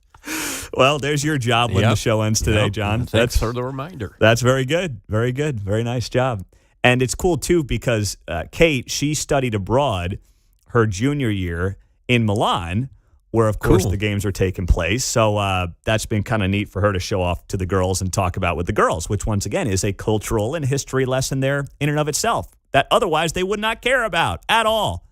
I don't know what to do in L.A. in a couple of years. What are we going to talk about? How terrible the governor is and the mayor and the fires and Rodney King. I don't know what to do with L.A. in 2 years, but I got 2.5 years to figure that part out since the Olympics will be in Los Angeles in 2028. Well, I always told my son, I said, you can learn how not to do things. Yeah, so yeah. there you go. Yeah, I could do that. Yeah. Hey, there's the freeway that O.J. Simpson was driving the right Bronco down 30-plus years ago now. That could be something I guess I could talk about. I don't know.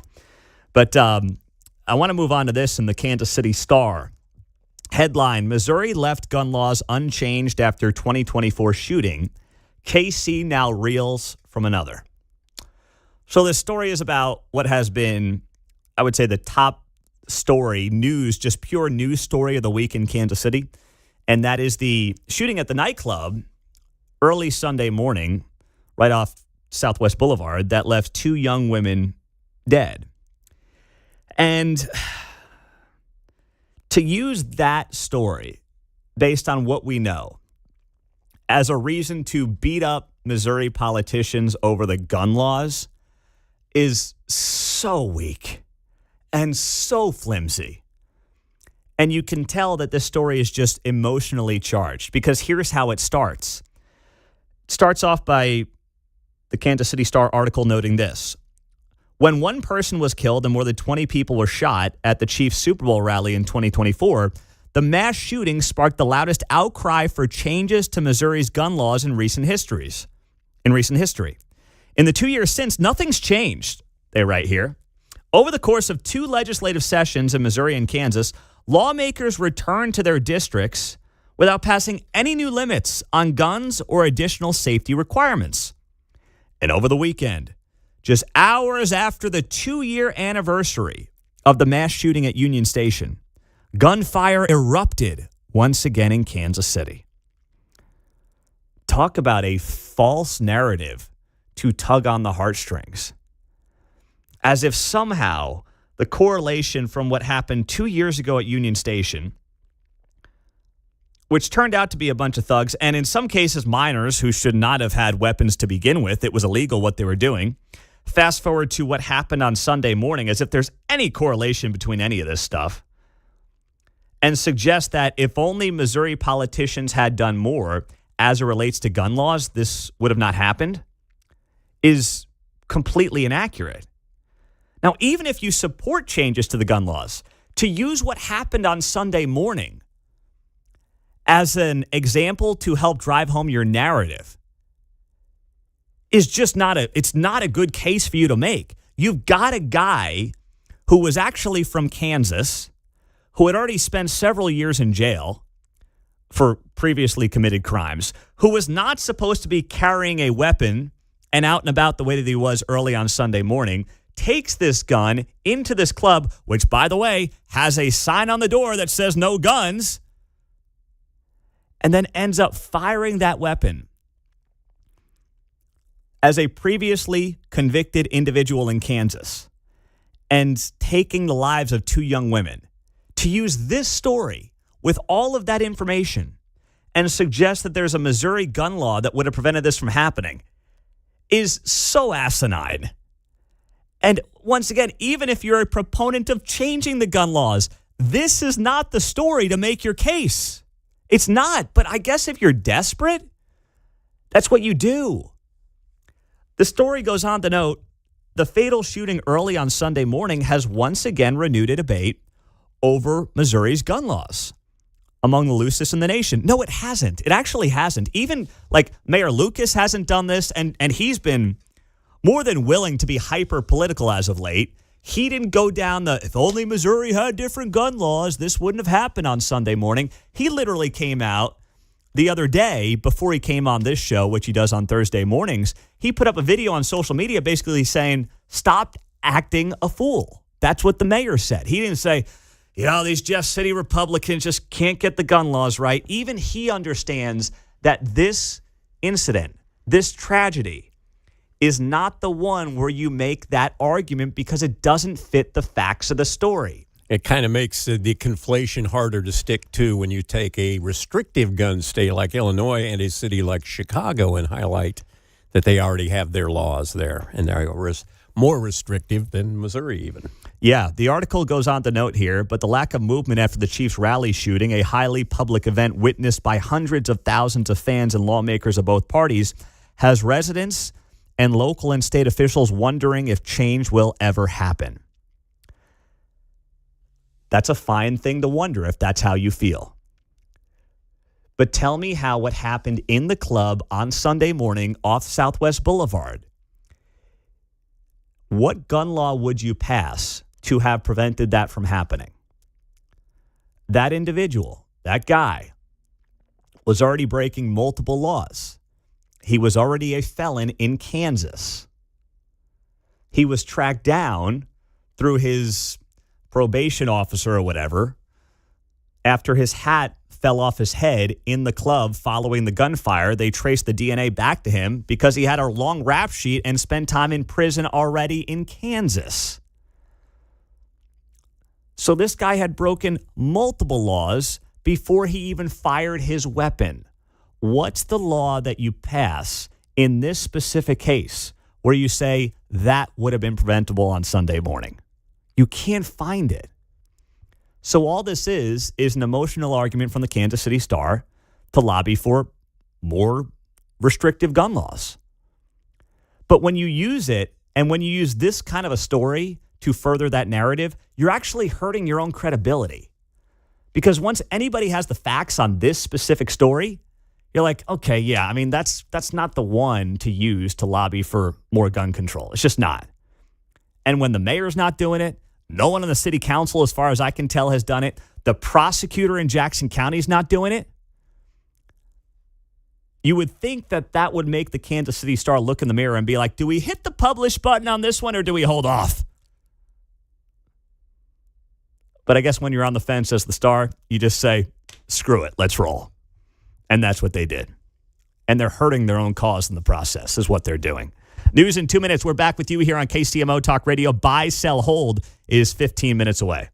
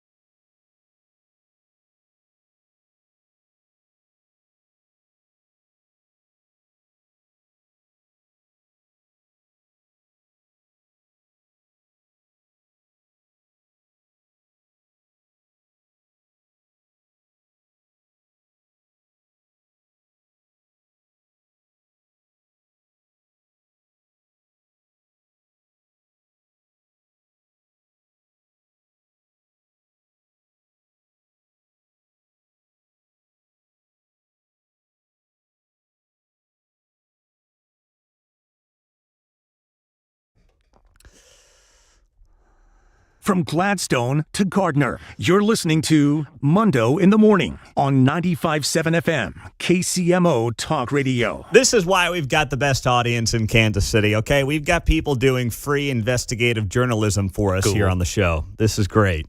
So this morning, last hour, we were talking about this article in the Star about how there are businesses in Lawrence who are denying customers who support ICE. And there was a pizzeria, Rudy's Pizzeria in Lawrence, that was in the article. And one of their employees said that they turned down business from a guy who showed up with an ICE hat or shirt or something like that, which I just don't understand turning down business from anybody, especially when you're a pizzeria. But on the text line, I got this here, 4580 writes, I happened to be headed to Lawrence this morning when you guys were talking about Rudy's, and I stopped by, and this is the sign in their window. And I'll share this on social media. The sign says, United with immigrants. Everyone is welcome here except ICE. The sign says, members of our community are safe here. We do not tolerate any form of harassment of our staff or guests. We have the right to deny ICE access to private areas without a judicial warrant. We will assert our constitutional rights in this establishment. I guess not all members of the community are safe there because if you go there. Not all guests. I heard the word guest in there. Yeah, that's weird. And by the way, you're united with illegal immigrants. This isn't about immigrants. Right, exactly. Let's be very clear here. There are millions of immigrants in this country who are here legally, who are celebrated in this country and should be celebrated in this country. That's not what's going on, guys. That's not. I mean, this is such an utter lie. Just looking at the thing in the window here at Rudy's in Lawrence. I don't get it. But thank you for doing the legwork there on the text line and stopping by for us, John. And should they bring up the stolen land, can I give my reply? The plat of land we're on is the Louisiana Purchase, purchased in 1803 from France, who got it from Spain, who got it from France. Yeah. So if you have an issue, address Emmanuel Macron of France. Right? It's not stolen. It was paid for. Oh, man. Yeah, and they must have stolen it from the Indians back in the day, I guess, which, Well, take it up started with with them. the French, apparently, and then Spain beat them up. And Yeah. then France got it back, and we bought it. Yeah, there you go. It was fixer-upper. Legal transaction. That's all it was. Just like the potential ICE facility down in South KC. Would have been a legal transaction. Okay. Well, this came out yesterday. ESPN to launch Women's Sports Sunday, a first-of-its-kind summer weekly primetime franchise showcasing the best of women's sports in premium windows. Now, this is happening because ESPN lost Major League Baseball. They lost the Sunday night baseball package, which takes me back to my childhood. John Miller, Joe Morgan, Sunday Night Baseball, that was big time in its heyday. It lost a lot of its luster, I'd say, the last 15 years because baseball has struggled to become a national sport. It's been very good regionally, but it has lost its luster as a national sport, which the NFL has just totally owned. But still, they lost Major League Baseball. I think it's going to where? NBC, I believe, is where Sunday Night Baseball is going to end up. So ESPN announced the launch of Women's Sports Sunday, weekly primetime programming that will place women's sports at the center of the summer sports calendar. Debuting this summer, the new Sunday night destination will feature top-tier WNBA and NWSL soccer on ESPN. So it's easy to beat this up. But here's the thing. Why not do this if you're ESPN? What are you going to do? Run a Stephen A. Smith rerun? I mean, and I don't mind Stephen A. Smith, but I'm sitting here and I'm like, okay, if you don't have any obvious live sports to put in there, what else is ESPN going to do? I'd love to see the sports reporters come back, but that's not happening. So why not take this low-risk chance and put on live women's sports? I'm not sitting here telling you I'm going to be locked in every Sunday, but I wasn't locked into Sunday Night Baseball anyway. So rather than having another overdone, overproduced, hot take, talking head show on Sunday night that nobody needs more of from ESPN, okay, I mean, you'll put on Caitlin Clark, which they should do every Sunday if they're smart. It's not the worst thing in the world or the worst idea at all. Us cord cutters know that the Ion Network has already been doing that. They've showed NWSL. Spit it out here, yeah. The soccer games and WNBA games as well on Friday nights and Saturdays and the weekend during the season. So we've seen plenty of that. They'd be wise to get onto the softball league. Yeah, I agree. That would be a smart move on their part as well. Softball. KC Diamonds is our team. College softball is one of the fastest growing sports in ratings in the country. If you go back to the Women's College World Series, the ratings are enormous, and they're growing incredibly fast. That'll get the girls excited, too. That Claire's will. going to love that. The 2025 Women's College World Series averaged 1.3 million viewers. That's a 24% increase over 2024. The entire 15-game event of the Women's College World Series averaged 1.3 million viewers, surpassing the previous record set in 2021. The championship between Texas and Texas Tech last year was the most watched ever, peaking at times at nearly 3 million viewers. Sweet. Sunday Night Baseball was getting about 1 million. Think about that. Sunday Night Major League Baseball was getting about 1 million, give or take, depending on the game that they had on Sunday nights. You got the Women's College World Series. I know we're comparing a championship to a regular season, but still, there's viewership there. Now, the only mistake I think they're making is not incorporating more college sports into this plan, which they're launching in June. But I guess by the time you get to June, the college sports are generally over. I think the Women's College World Series happens in mid to late May, so you're out of that window. But you know what? Why not start it in April when you had Sunday Night Baseball anyway? I mean, just start it then. You've got availability in that Sunday window because you're not going to have Sunday Night Baseball this year on ESPN. So why not kickstart it then and include some of the college softball stuff? Because that is a major growth opportunity. I actually think way more than NWSL. I agree with you 100%. I don't follow college baseball, know nothing about it. Until the World Series comes, you see some great games, and that's when I'm interested. On my bucket list is getting up to Omaha for a College World Series. I have never been to Omaha. I've never been to a College World Series. But college baseball is also growing and getting much more popular. You go down to like LSU, they'll pack 10,000 fans in every night to Big a college Ten baseball baseball's game. crazy. Packed in. SEC. SEC. Don't Say worry, it, John. You keep guessing a power conference. You'll get there eventually. Okay. No, I lived down the street. I grew up with David Van Horn. He lived down the street from me, the manager at Arkansas. Okay. Very cool. Well, I just think that they've got major opportunity there. And you look at some of the College World Series numbers as well, averaging 2.5+ million viewers for some of those games. College baseball's growing. College softball's growing. WNBA's having a moment here. I think a lot of that is mostly driven by Caitlin Clark rather than the sport itself. I think the sport still has a ton of problems, way too political, wanting to lean into that way too much instead of trying to grow a base around a superstar like Caitlin Clark. Yeah. They've been given an opportunity of a lifetime, and the WNBA, I think, is hell-bent on screwing that up to their own demise instead of leaning into it. But they still have time to turn this thing around if they want. And now they have ESPN backing them. Like, if the WNBA can't benefit at this moment in its history, then it's got no chance to ever right the wrongs that they've made over 30 years when they still have not turned a profit. They've been subsidized by the NBA since their existence. If they want to turn this thing around, ESPN is saying, this is your chance. Will they take advantage of it?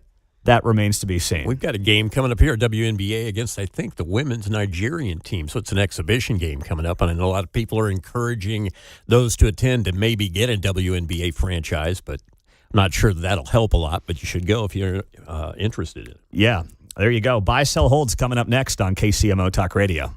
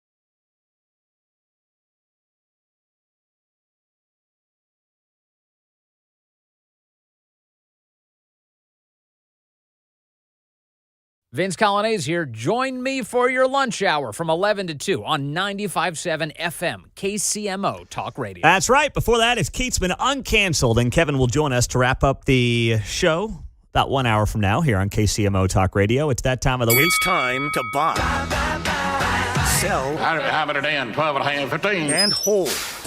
All right. Buy, sell, hold on a Friday morning. John, what is on your rundown, my man? Buy, sell, or hold Gracie Hunt headlining a Turning Point USA event with Erica Kirk. Oh, I'm buying that.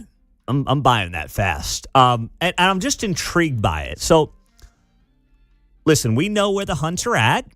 And I, for one, happen to agree with where they're at, obviously. But that's not really the point. What intrigues me about this is that, obviously, this is something that the family has signed off on.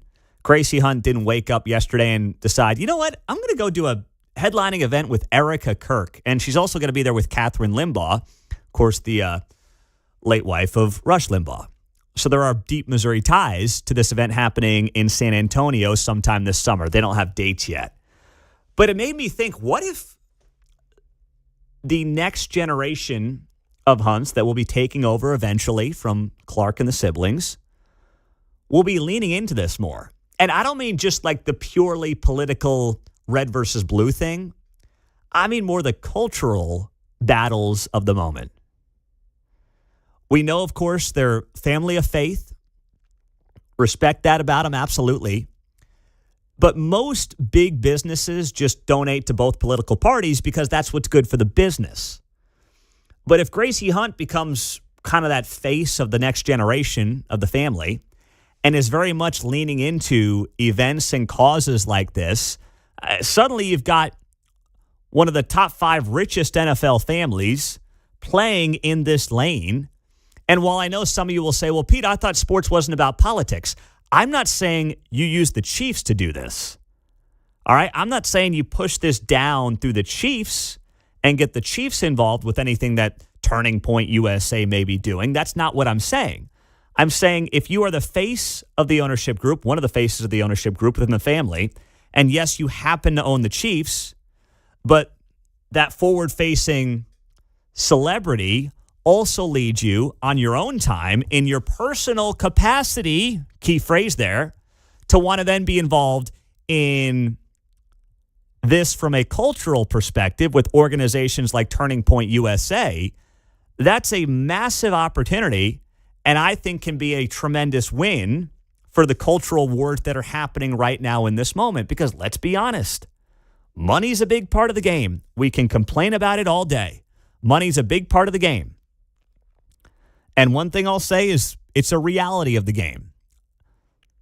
It's funny, of course, because there are people who love to bag on billionaires, but love the money from George Soros, right? They love those billionaires. He's not an oligarch, Pete. Yeah, thank you, Bernie. I appreciate that. But that's potentially something that I'm going to watch going forward, and it's not going to happen this summer. It's not going to happen next year. I mean, we're going to be looking at this 10, 20 years down the road and seeing how this develops. But it's just something that caught my attention, and I was intrigued by when I saw the headline yesterday, John. Buy, sell, or hold Nancy Guthrie will be found by March 1st. Wow. March 1st? What are we sitting here on February 20th? So that's next Sunday. I can't buy that, and I can't hold it. I've got to sell it. I mean, how could I in good faith feel like this group led by Pima County is going to find Nancy Guthrie based on what's been going on? It was a great story actually, it dropped this morning in the New York Post, headlined, Why Nancy Guthrie Hasn't Been Found. From the cops' early errors to DNA blunders. And it's a long, extensive piece by the New York Post, and it just goes on to blast some of the early errors. FBI wasn't called in the first couple of days, despite the high-profile abduction. There's also criticism that the local cops surrendered the scene too early. Everybody from reporters to true crime sleuths walking right up to the Guthrie's front door, no security, no crime scene tape. I mean, this was amateur hour on steroids. What else will not look good is I saw this story where Pima County is featured on Desert Law, a TV series. Is that right? It's supposed to be coming out, so kind of inconvenient there. Jeez. I mean, it's more like Paul Blart Mall Cop. Yeah. That's what this is. Right. Also, this article in the New York Post notes a miles-wide dragnet around the Guthrie's home in Tucson recovered 17 discarded gloves, 16 of which turned out to have been abandoned by law enforcement officers during the manhunt. They're literally... But that one pair, though. I know, but they're finding gloves. And they're like, put that one over there in the pile with the other ones. Like, what are you guys doing? Of course, the one pair got sent to Florida instead of the FBI labs, causing more contention between local cops and the feds. And according to a report yesterday, the Guthrie family could basically fire Pima County, like, right now. And they could say to the feds, take it over, get involved. And for some reason, they haven't done it. And I will never understand that unless it really is that partisan for the family. And I'd like to think when you're talking about your 84-year-old missing mother, you wouldn't let your feelings about Donald Trump and this DOJ get in the way. And I really don't want to go down that road, but I don't know what other conclusion to come to because Savannah Guthrie is not like, the babe in the woods, okay? She does this for a living. She knows how botched this thing has been from day one. And 20 days in, she's not like, nah, time for the big boys to take over. She's not doing it. I don't get it, John. What's next? All right, here we go. On Friday, a buy-seller hold for Mark's college basketball parlay. All right there, What big you man. got? What do you got for me, Mark? All right, I got 3 games tonight and 3 games tomorrow. These 3 games on Saturday, the only ones up right now on a Friday morning on FanDuel. So I had a limited amount of Saturday games I could put in there. But tonight, what are we doing here, though? First off, what are we doing? Are we just doing these are all teams that have to win outright? Yes, exactly right. No spreads. No spreads. So you just need these teams that you're going to give me to win outright. Yep, 6 teams to win their games. Okay. They all have to happen, by the way. Not 5 of 6, not 4 of 6, but 6 out of 6. Yep. All right. $10 to win $77. All right, big man. All right. Tonight, got 3 ranked teams, all favorites, all pretty big favorites. I got St. Louis beating VCU, Purdue beating Indiana, and Miami, Ohio, the only undefeated team left in college basketball, beating Bowling Green. So they're all home teams tonight. They're favored. I think that's going to happen. All right. Saturday might be a little bit more difficult. We've got Arizona at Houston. I'm taking Houston to win that game at home. Michigan, Duke, that's probably the game of the weekend. That's a tough one, but I got Duke winning it. It's a neutral court. I do think Duke can win that one, even though they're slight underdogs. And then I've got Iowa State on the road at BYU. Cyclones with the win. You know what, Mark? I'm buying this, baby. I Let's go. I love this little parlay, and I like the odds on this, considering 5 of the 6 teams are favorites, and only one of those 5 is on the road. That's Iowa State tomorrow night. But BYU's, they're hurting right now without one of their good players, Richie Saunders. He tore an ACL. And then you got Duke against Michigan. They're a slight underdog in Washington, D.C. I'm in, man. I love your parlay there, brother. Let's go. Count me in. There you go. Mark Van Sickle. Parlay Van Sickle. He's got his Team USA hat on today. Trapper hat. Looks good, man. Thank you. You look good this morning. Pam Kramer is the CEO of KC 2026 around the World Cup. She will join us in studio as our feature Friday guest next right here on KCMO.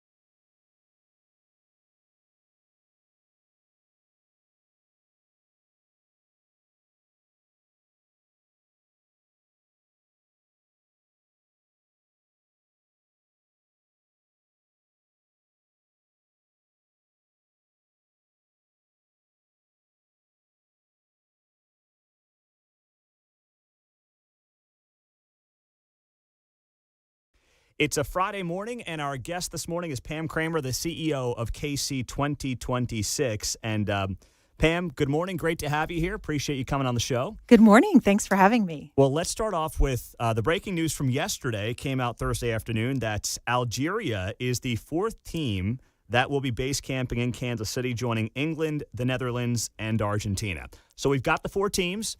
Round out this four for me. Listen, I think the top three in particular are great, but it seems like we could not have done better on this front. Yeah, I mean, that fourth base camp solidifies our position as the base camp capital of America. We think we're the only host city we're the only host city to have more than one Pot 1 team, so those top 10 ranked teams. And we believe we're one of two cities, they've not all been announced yet, to have four teams base camping. So, and Algeria is ranked 28th in the world. So don't sleep on Algeria. Okay. I admit, I'm not the expert here. You are. So top four teams in the top 30. Yep. 3 teams in the top 10. Yes. And I mean, when you think about it, all of our matches are going to be competitive. We don't have any 3-4 matches. The groups are divided into, the teams are divided into groups of 4. And so we have 2 number 1 teams playing here, 3 number 1 teams base camped here, and we have no 3-4 matches in our group stage. So wow. Pretty amazing for the smallest host city. I was having this conversation with Nick Haynes at Kansas City PBS, and he was like, is it a backhanded compliment that these teams want to base camp in Kansas City, in part because it doesn't have the hustle and bustle of New York or an L.A. or, Atlanta, Dallas, whatever? And I'm thinking to myself, no, that's what makes Kansas City attractive to a lot of people, from the business community to the sports community, who live here and then stay here. I think it's a testament to Kansas City. What is your read, and what have you heard on that front? I would agree completely. I think it's a testament to our hospitality and to how easy it is to live here and to get around here and to have a business here. Part of what we're trying to do is show the world who we are, not just for those World Cup visitors, but as a place to live, as a place to invest, as a place to do business. So the fact that the teams wanted to make their home away from home here for 30 days says a lot about the way they felt at home when they were visiting. So you mentioned putting Kansas City on the world stage. You've kind of stepped into this role. What's it been, 18 months for you in this role, give or take? Yes, give or take a little over 18 months. It's been a whirlwind. Okay, so you step into this, and I don't know if you knew what you were getting into, but as the CEO of KC 2026, what is your background for people that don't know who Pam Kramer is, as now you become the face of, this massive global event in Kansas City? Well, that's nice. I mean, I first would say that there are so many people working behind the scenes, so I am the lucky one who gets to be out front on it. But I spent a long time working in sports. I spent 15 plus years at Sprint, now T-Mobile, working in sports sponsorships. Spent 5 seasons with the Kansas City Chiefs, and then was the Kansas City Currents transitional CEO their first year. So, it's been a privilege. Really, the most important thing that I do is I'm a mom to 2 amazing young women and a wife, but in all my spare time, this job is pretty fun. Well, and the most important part is you sent a daughter to Villanova. That's right. That's right. You missed the most important part of your resume right there. Her Notre Dame sister may not agree, but she's got the Pope on her side, so, Us Villanova kids call Notre Dame the safety school, right? No, it's probably the other way around, in fairness. But those are 2 great schools those kids got into. That's amazing. They did. They both worked very hard. One is an engineer, one works in sports. So super proud of them, their character, and of course, what they're accomplishing professionally. And how about, now that you have adult children, I feel like you have a different perspective probably than a lot of people on this, where you have one kid who is here, right, and then one who isn't. As you analyze how they view Kansas City, how their peers view Kansas City, as this city goes through a really intriguing transformation right now, what's your read on what Kansas City is to young adults here and not here? It is so fun to watch the experience that they are having. So my oldest was a senior in high school when Sporting won the MLS Cup back in 2013. They stayed at that match and were late to their winter formal. And that was the beginning of this championship era in Kansas City that we're living in, right? Which is 2015. I took my youngest to the Royals parade. Our entire family went to Miami in January of 2020 for that Super Bowl, the first of many after that. So they've grown up in this city that wins. And they've also seen what the downtown transformation has looked like. I lived downtown before we got married. It was not what it is today. And I think, our youngest lives on the streetcar line. She's having so much fun. And there are good jobs here. That is the key. I mean, that we have to have a competitive offering for these bright kids. I say kids, your bright young adults to want to move back to Kansas City or to stay in Kansas City or to come here for the first time. So then what do you see as the biggest challenge for Kansas City, and how can you leverage the World Cup to try to close the gap on whatever you think that challenge is? Yeah, and I think our biggest challenge is that people don't know about us and they don't know what we have to offer. And so there's often a surprise and delight factor, much like the teams who came to visit. People come here for the first time, and you've probably heard this with family and friends who have visited. I had no idea. I had no idea the museums were so great or the restaurants were so great, or pick a thing. In fact, our youngest had a bunch of Villanova friends here, went to their first Chiefs game. They fell in love with Kansas City. Very reasonable cost of living and going to the bars. You know, there are some very attractive things, but I think we have this chance with the World Cup to show that, to use the platform in a way that perhaps Austin and Nashville have used music, or, you know, another city uses what they do really well. We do sports really well here. We have an amazing sports ecosystem. The teams are very collaborative. There's been a ton of investment in sports infrastructure, sports architecture, capital of the world. So how do we use that to change the way people think about us, or to get more people to know and love us? How do you know, it's interesting you bring up the music analogy with Austin and Nashville. You also have two states that have incredibly business-friendly environments in Texas and Tennessee. And I think we do a pretty good job in Kansas and Missouri, maybe better depending on where you're at. But how does that factor in? Since you're dealing with these, you know, titans of industry, so to speak, how does that factor into the equation? Because I admit I'm a little skeptical on how much long-term business we can get from this event. Yeah, I think the key is attracting, and I think you and I have talked about this, enterprise, right? We need to attract entrepreneurs and businesses that bring in money from outside of the region. So how do we attract those advanced manufacturers? How do we attract the employers who will have jobs for people like my daughters who want to come back here? And they don't have to be big companies. I grew up, I'm the daughter of small business owners, and I understand that's, you know, there has to be a passion there, and people have to love what they do, but there's something really magical about that spirit, that entrepreneur, and we've got a lot of it here. So I think you know, we are focused on working with the embassies to identify who could potentially invest in Kansas City, with our business community, with our state economic development partners. Who do we want to target from Argentina, from England, from the Netherlands, who might be coming here for soccer, or who we could invite here for soccer, and then start that conversation. So do you see this as more of an opportunity to lure in potentially overseas business, domestic business, both? Like, what's the target? I mean, we're open to all of it, Yes, right? yeah. I think there are some industries and sectors that are of particular importance to our local economy, our regional economy. That is biosciences, animal health, things I didn't know much about before, but I'm learning about: the sports industry, advanced manufacturing, agribusiness, aviation. So thinking about that and matching it with those countries.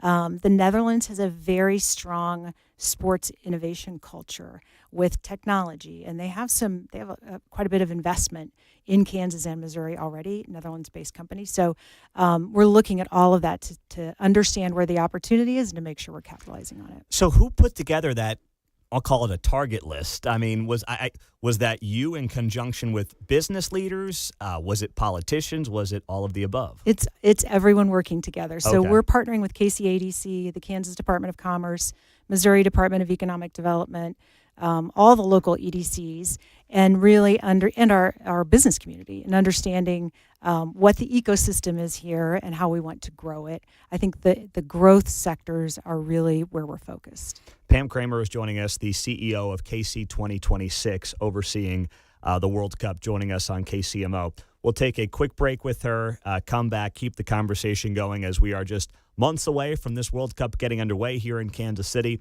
The preparations for that and more with Pam Kramer. We'll continue the conversation next.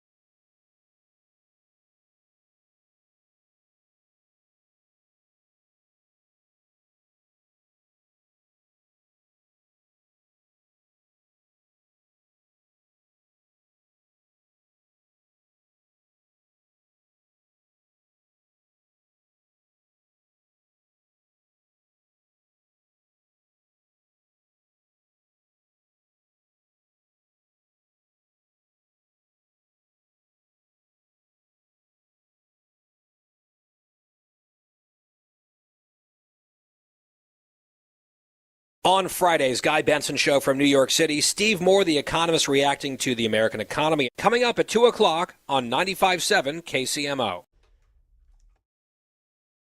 Pam Kramer, the CEO of KC 2026, is joining us on a Friday morning here on KCMO Talk Radio 95.7 FM. So, Pam, the preparations, you step into this role, and let's be honest, before you got into this role, there seemed to be a lot of infighting, media leaking, kind of like who's in charge here. You seem to have done, from the outside looking in, a good job at kind of corralling everybody. What was the hardest part when you got onto this job 18 months ago, and how do you feel like you fixed that since? Well, I mean, I think this is a really complex project. It is also very novel. This is the first time Kansas City's ever done anything this big, and it's the first time the World Cup is in 3 countries. There's a lot of new organizational structure from FIFA. So, sorting all of that out, understanding the priorities of our government partners. I'm the 4th out of 5 kids, so I'm a pretty good mediator and consensus builder, I would humbly say. I think that is, I hope, something that has served me in this role. Mm-hmm. But, understanding where everyone was coming from, and then just being true to my word. If I say I'm going to do something, I'm going to do it. And building that trust early on was really important. We have a great board. They all represent their organizations or jurisdictions really well. And I think aligning around some common goals and making sure that they all felt like we had an understanding of where they were coming from and could use this to serve who they were representing was important. So you've got massive billionaire owners involved. You've got Kansas versus Missouri. You've got Democrats and Republicans. I mean, that is a navigation that I don't think most people can handle. How difficult was the Kansas versus Missouri thing once you got in there? I think one of the things that I have learned about Kansas City is that when it matters, we all come together, right? We can compete, we can all the things, but in big moments, and this is our biggest moment together, people come together. And so that has, I always tell people this thing is happening on both sides of the state line. We have base camps in Kansas. We have matches in Missouri. We're going to have activations on both sides of the state line. Both states are supporting us financially. So we are bi-state, and I don't have a favorite state. I love them both equally.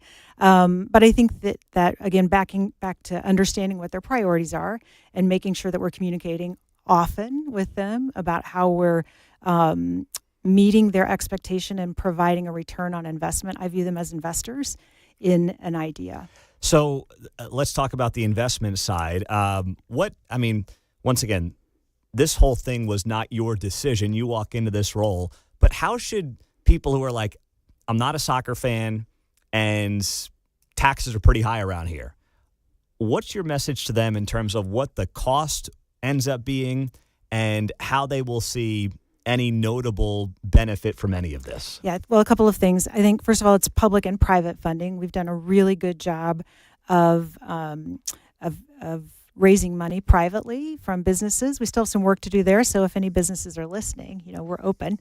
But I think I really do view it as an investment, and I personally feel an obligation to my neighbors to return on that investment. So whether that's a small business who is going to see an increase because they are a tent company or they have a restaurant, or it's additional tax revenue for the states, for the cities, that then can be reinvested. I think that is the return in the long term, the sustained and long-term impact. I hope in 10 years we point to this moment and we say that was something that really, we were on our way up, but that really accelerated things and changed the trajectory. And it really, just so I understand, it's kind of, I don't know if you have the numbers off the top of your head when it comes to what the investment is from the states and the cities, but it's a one-time.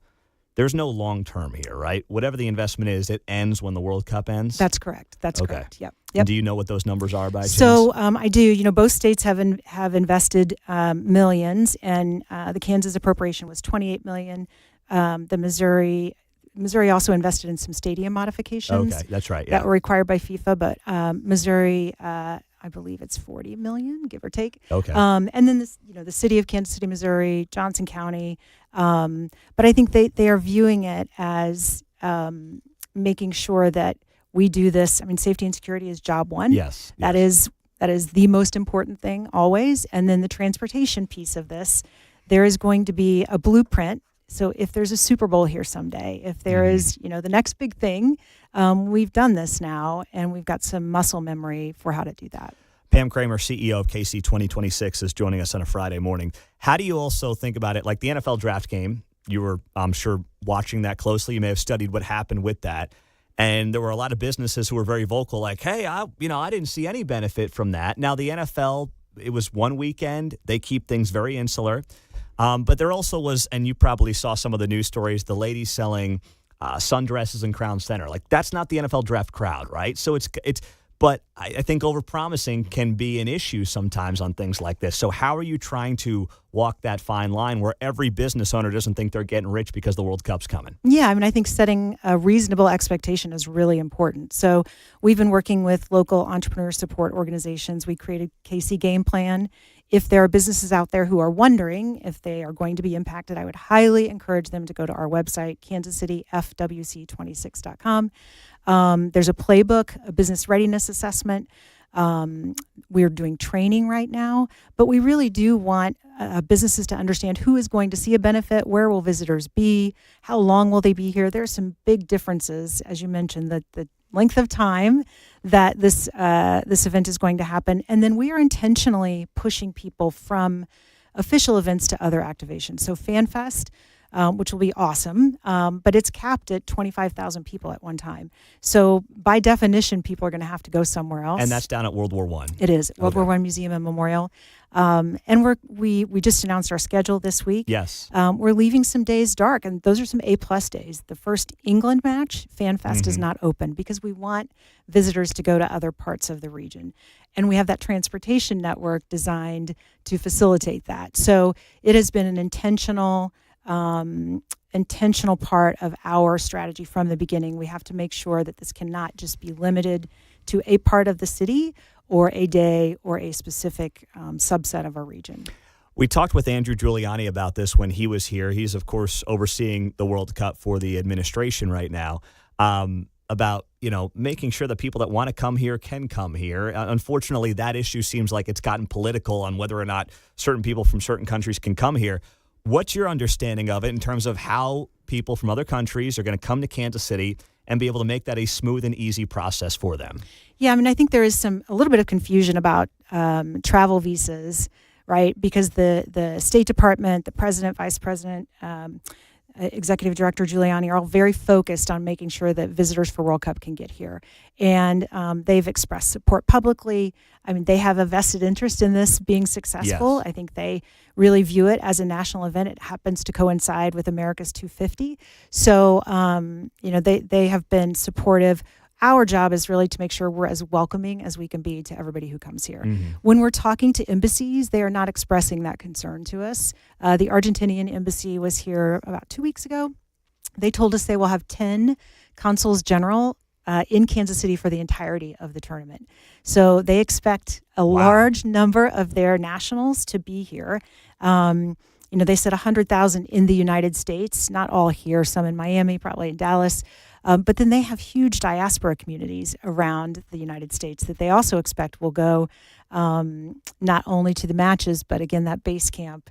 We're going to see a lot of Argentinian fans here. And the people that are coming here have a separate visa process, as I understand it, from I don't want to say a regular person, but someone else who's coming for a different reason, correct? That's right. If folks have a World Cup ticket, then there's a name for it, and I can't remember it off the top of my head. It's sort of like the Express Pass for travel visas. Okay.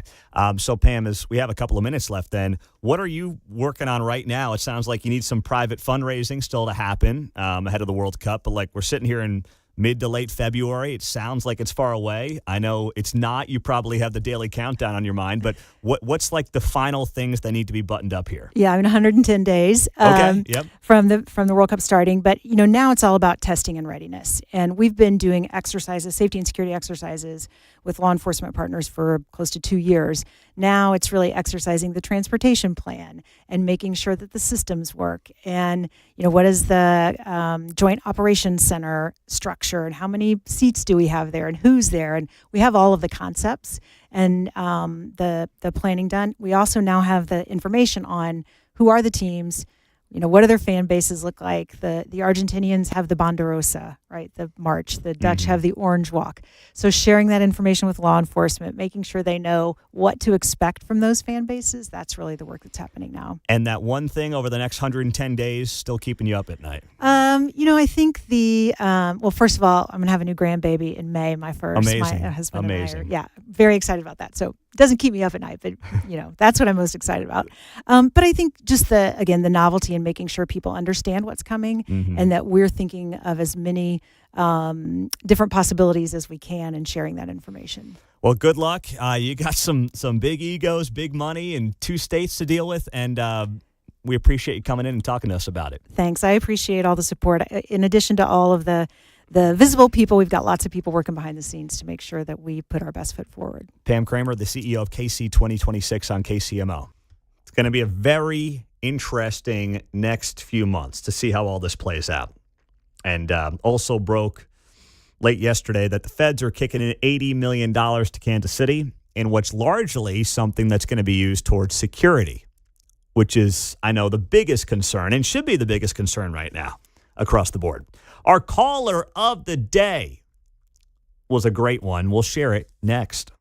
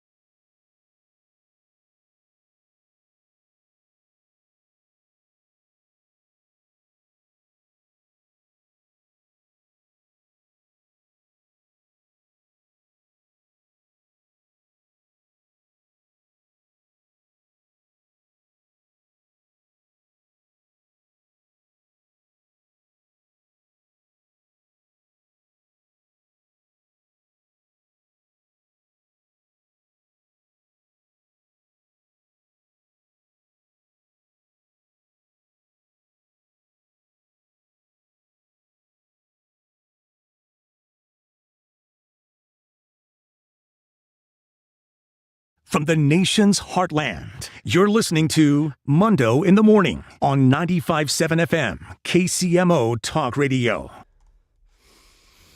Well, you just heard the breaking news, bottom of the hour. Supreme Court striking down most of President Trump's tariffs in what is obviously a major blow to the President of the United States. It is a 6-3 vote.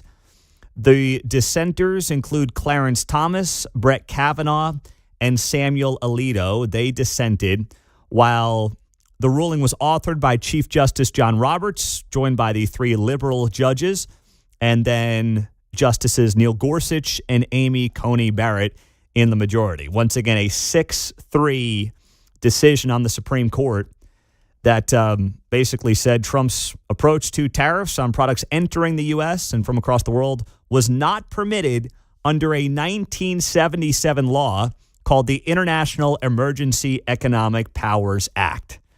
I'm reading through, the decision is 59 pages. So I got to page 3, fellas. I got to page 3. And here's something that just stood out to me as I'm reading through this. Not that I could have read the 59 pages here in the last 5 minutes, but they note here on page 3, in several cases described as involving major questions, the court has reasoned that, quote, both separation of powers principles and a practical understanding of legislative intent suggests Congress would not have delegated highly consequential power through the ambiguous language of the 1977 law that we were just referencing. Goes on to note here on page 3, these considerations apply with particular force where, as here, the purported delegation involves the core congressional power of the purse. Congressional practice confirms as much. When Congress has delegated its tariff powers, it has done so in explicit terms and subject to strict limits. So they're basically saying that Trump took it too far in their estimation when it came to his use of the International Emergency Economic Powers Act. Now, listen, I've been on the fence at times on this tariff plan by the president. If you want to find a silver lining here, if you're a big rah-rah Trump tariff guy, here's the silver lining.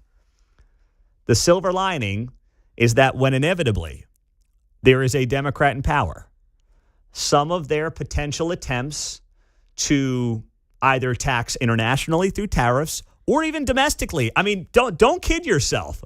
There's a world where a president tries to use an emergency order or an executive order or both to be like, you know what we're going to do? We got to raise income taxes 10%. Like, that world exists. I don't think we're far off from that happening because they'll call it an emergency that we're $50 trillion in debt. So we got to have everybody pay half their income to the government. And you might think that's crazy, but listen, I don't think that's far off from someone trying to pull off. And if you want to find a silver lining in all this, it's that now we have a recent Supreme Court decision to suggest that someone who tries to go way over the line, internationally or domestically, is going to be slapped down right away. Yeah, Trump was trying to say the fentanyl crisis would be the emergency thing as it applied to Canada and China and I think one other nations. If you're questioning what emergency there might have been in those cases, it was the fentanyl thing. So. Yeah. But Supreme Court's not buying it. They're not. So 6-3 vote, breaking news. Tim is up north. Hey, Tim, you're on KCMO. Yeah, I think the Supreme Court's gone too far. Hey, why don't they just abolish the federal income tax while they're at it? You got to be able to negotiate with other countries that have been ripping us off for how many years, especially China. And they've been stealing our intellectual properties and technologies and things like that. Yeah, here's the thing, though. They're not saying that the U.S. can't do it. They're saying the way that the administration went about doing it is wrong. Congress could do this tomorrow, but Congress is worthless. Well, we better hope that Trump can convince Congress to pass something through that will enforce tariffs on other countries, at least equal tariffs. So if some other country's charging us 20-25%, we ought to at least be able to charge them 20-25% matching tariffs at least. Yeah, I'm fine with that. Literally, they could pass a bill tomorrow saying matching tariffs across the board. Well, they better get it done. And Thanks you for know your time, Mundo. Thank you, Tim. They probably would have to blow up the filibuster to do that. But you know what? I think we're trending in that direction anyway. I really think, I mean, who was it I heard yesterday? It was Susan Rice, who was considered kind of the brain power behind the Biden administration. I mean, someone had to have the brains around there. And it was believed to be Susan Rice. She was obviously high up during the Obama administration as well. She was on a podcast or something, and I saw the clip yesterday, and she basically threatened, she's like, all the businesses that have kind of tried to play nice with Trump, we're coming after them when we get our power back. Don't think that we're not going to forget. Like, when they regain power, they're going to make the abuse of Biden look like child's play. So if this Supreme Court is putting some restrictions going forward, I don't want to sound like I'm playing defense and acquiescing here, but listen, this stuff is going to swing back and forth. It always does in this country. And if we have some precedent, that may not be the worst thing in the world. And if then Republicans say, you know what, now's the time, get rid of the filibuster, go back to 51, and start actually passing laws, there could be a win that comes out of this that actually works out better for Trump, his agenda, the Republicans over the long term, if you're looking for it. Let's go to Wes in Gladstone. Hey, Wes. Yeah, Pete, well, I'm not a rah-rah MAGA guy. I'm a rah-rah USA guy, okay? Yeah. And this is a bad deal. We have been getting screwed over by Congress for years on this, okay? We're taking it in the shorts because we've been taken advantage of by these other countries, and Congress won't do anything about it. Why? Well, I guess they must be in their back pockets or something, man, because it is crazy not to have a fair trading field, okay? And that's what Trump was trying to do with these. And I'm not surprised that Roberts and ACB sided with the libs. I am surprised at Gorsuch, although he's done that a few times in the past. So that's my takeaway from this is ACB and Roberts, you can always count on them to go anti-Trump if given the chance. Yeah, but I think once again you're misplacing your anger. You're misplacing the anger. Congress has screwed us for a long time on this issue and many others. I am mad. I am just as mad at Congress. They're not going to do anything because they're owned by the foreigners. There's no other reason not to do it. There's no other reason. Well, there may not be. You may be right about that. I mean, I'm not saying you're wrong about that, but I really think that the Supreme Court, as much as I think I could have made the case against what the Supreme Court decided, there's, I think, a pretty compelling case right now that the Supreme Court is saving us from things that we can't even foresee happening or predict could happen in the future under different leadership. All right, our caller of the day, we were talking this morning about the story in Lawrence. So in Lawrence, you've had ICE agents obviously detaining it's like 5 people over there, but that's got Lawrence all bent out of shape. And there were stories about businesses, specifically Rudy's Pizzeria, saying, you know what, guys show up in I Support ICE T-shirts and we're not serving them. And I just can't fathom the idea of, if you're a pizzeria especially, turning down business because of the politics of somebody. But we had a good conversation about it, and it led to our caller of the day. Hello? It's the Mundo in the Morning Caller of the Day on 95.7 FM KCMO Talk Radio. Mike's in Olathe. You're on KCMO. Hey, Mike. Yeah, the irony, Pete, in all this is how, yes, I know the cake guy didn't want to make a cake because it was based on his religious beliefs. The left looks at this as it is their religious belief. You got Springsteen preaching, come to my concert as long as you don't mind a lecture or a sermon, if you will. Yeah. This is how they look at it. We basically want the truth and just want tradition. It is a religion to them, so in their mind, they are denying on religious grounds, even though it's not. That is Mike and Olathe, our caller of the day on KCMO. And he's right to bring that up. One of the big differences that I think is undeniable, the data backs it up, while we've lost religion in this country, unfortunately, although it's making a bit of a comeback, thank goodness, especially with younger generations, Gen Z, millennial conservatives in particular, kind of coming back to religion, which is fantastic. By and large, you have seen a general trend downward in religion. And for one side of the political aisle, they have replaced that oftentimes with their politics, which is more prevalent on the left, but still does have, it leaks to the right too. I mean, there are, let's be honest, there's portions and pockets, not all, but pockets of MAGA that have made Trump the grand king, the God. And that's not good either. And bringing religion back, I think, solves a lot of problems in this country. And God willing, we are trended in the right direction on that front. We'll wrap it up for the week with Keatsman before Uncanceled comes up at 10.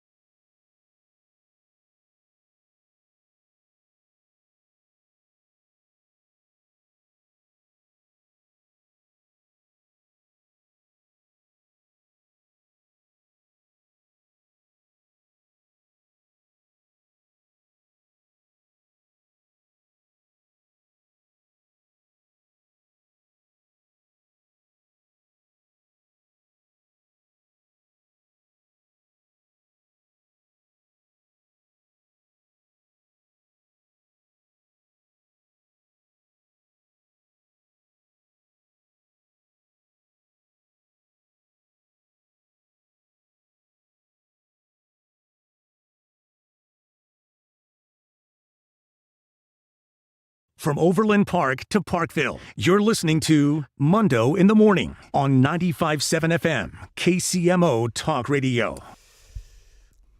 Kevin Keatsman, Uncanceled, coming up at 10 on KCMO Talk Radio, 95.7 FM. Hey, I know you're a huge dog lover, you and Jessica, right? Oh, yeah. Diehard dog. Oh, yeah. Are you a pit bull guy? No. Okay. So I have this argument with her. I don't think they should be legal. So you're with me. 100%. Okay. I didn't know how you were going to feel. One attack, one death is one too many. It's preventable. They're not domesticated animals. They're not. They were bred to fight and kill. That's what they were bred to do. They were not bred to be domesticated animals. They weren't. My dog's half beagle. Beagles were bred to put their nose on the ground and go smell stuff. Yeah. That's it. Lead us to something. Yeah. We want to shoot it and eat it. That's what beagles were bred to do. Pit bulls we've taken that out of them. We taught them to fight and kill each other. They were sport animals to kill each other. They've been used for that. They're so violent. No, I don't. And dog people get on me all the time for this. I'm sorry. I love dogs, and I make jokes all the time that dogs are better than people. It's not true. One life is too many. Can't do it. You got 10% of the dogs that are committing 70% of the fatal attacks. Yeah. And yesterday, a guy in Independence, 41-year-old healthy male, gets killed by the pit bull. It's not like this is some old lady walking down the street. And some of this is a little bit like the gun argument. There are mostly poor dog owners in the world. Mostly. All right? People who really don't control their dog. They come to the door, they jump on you, or they poop in the house, or they do this or that, like annoying little nuisances that, you walk your dog, you see the people that are bad dog owners. It just screams at you. You can tell by the other dogs, right? Yep. I mean, how the dog acts is a reflection on the dog owner. So now we're going to say, okay, half the dog owners in America aren't very good at controlling their dog. They run loose, this stuff happens, they poop all over, whatever, and they're not great dog owners. But they can have a pit bull? No chance. The thing for me is you cannot allow the bad dog owners to have the pit bulls, which means nobody can have a pit bull. Yeah. Unfortunately. Well, I'm with you. And I hate saying that. My brother's got a pit bull, and she's a big dope. I've never seen her be aggressive at all. Right.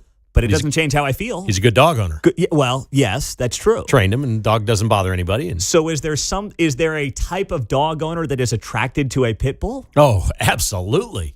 Yeah. It wasn't what Michael Vick was doing? How he got convicted was fighting pit bulls? Yes. And he said he'd grown up with cockfighting. Yeah. And been around that. We did that too.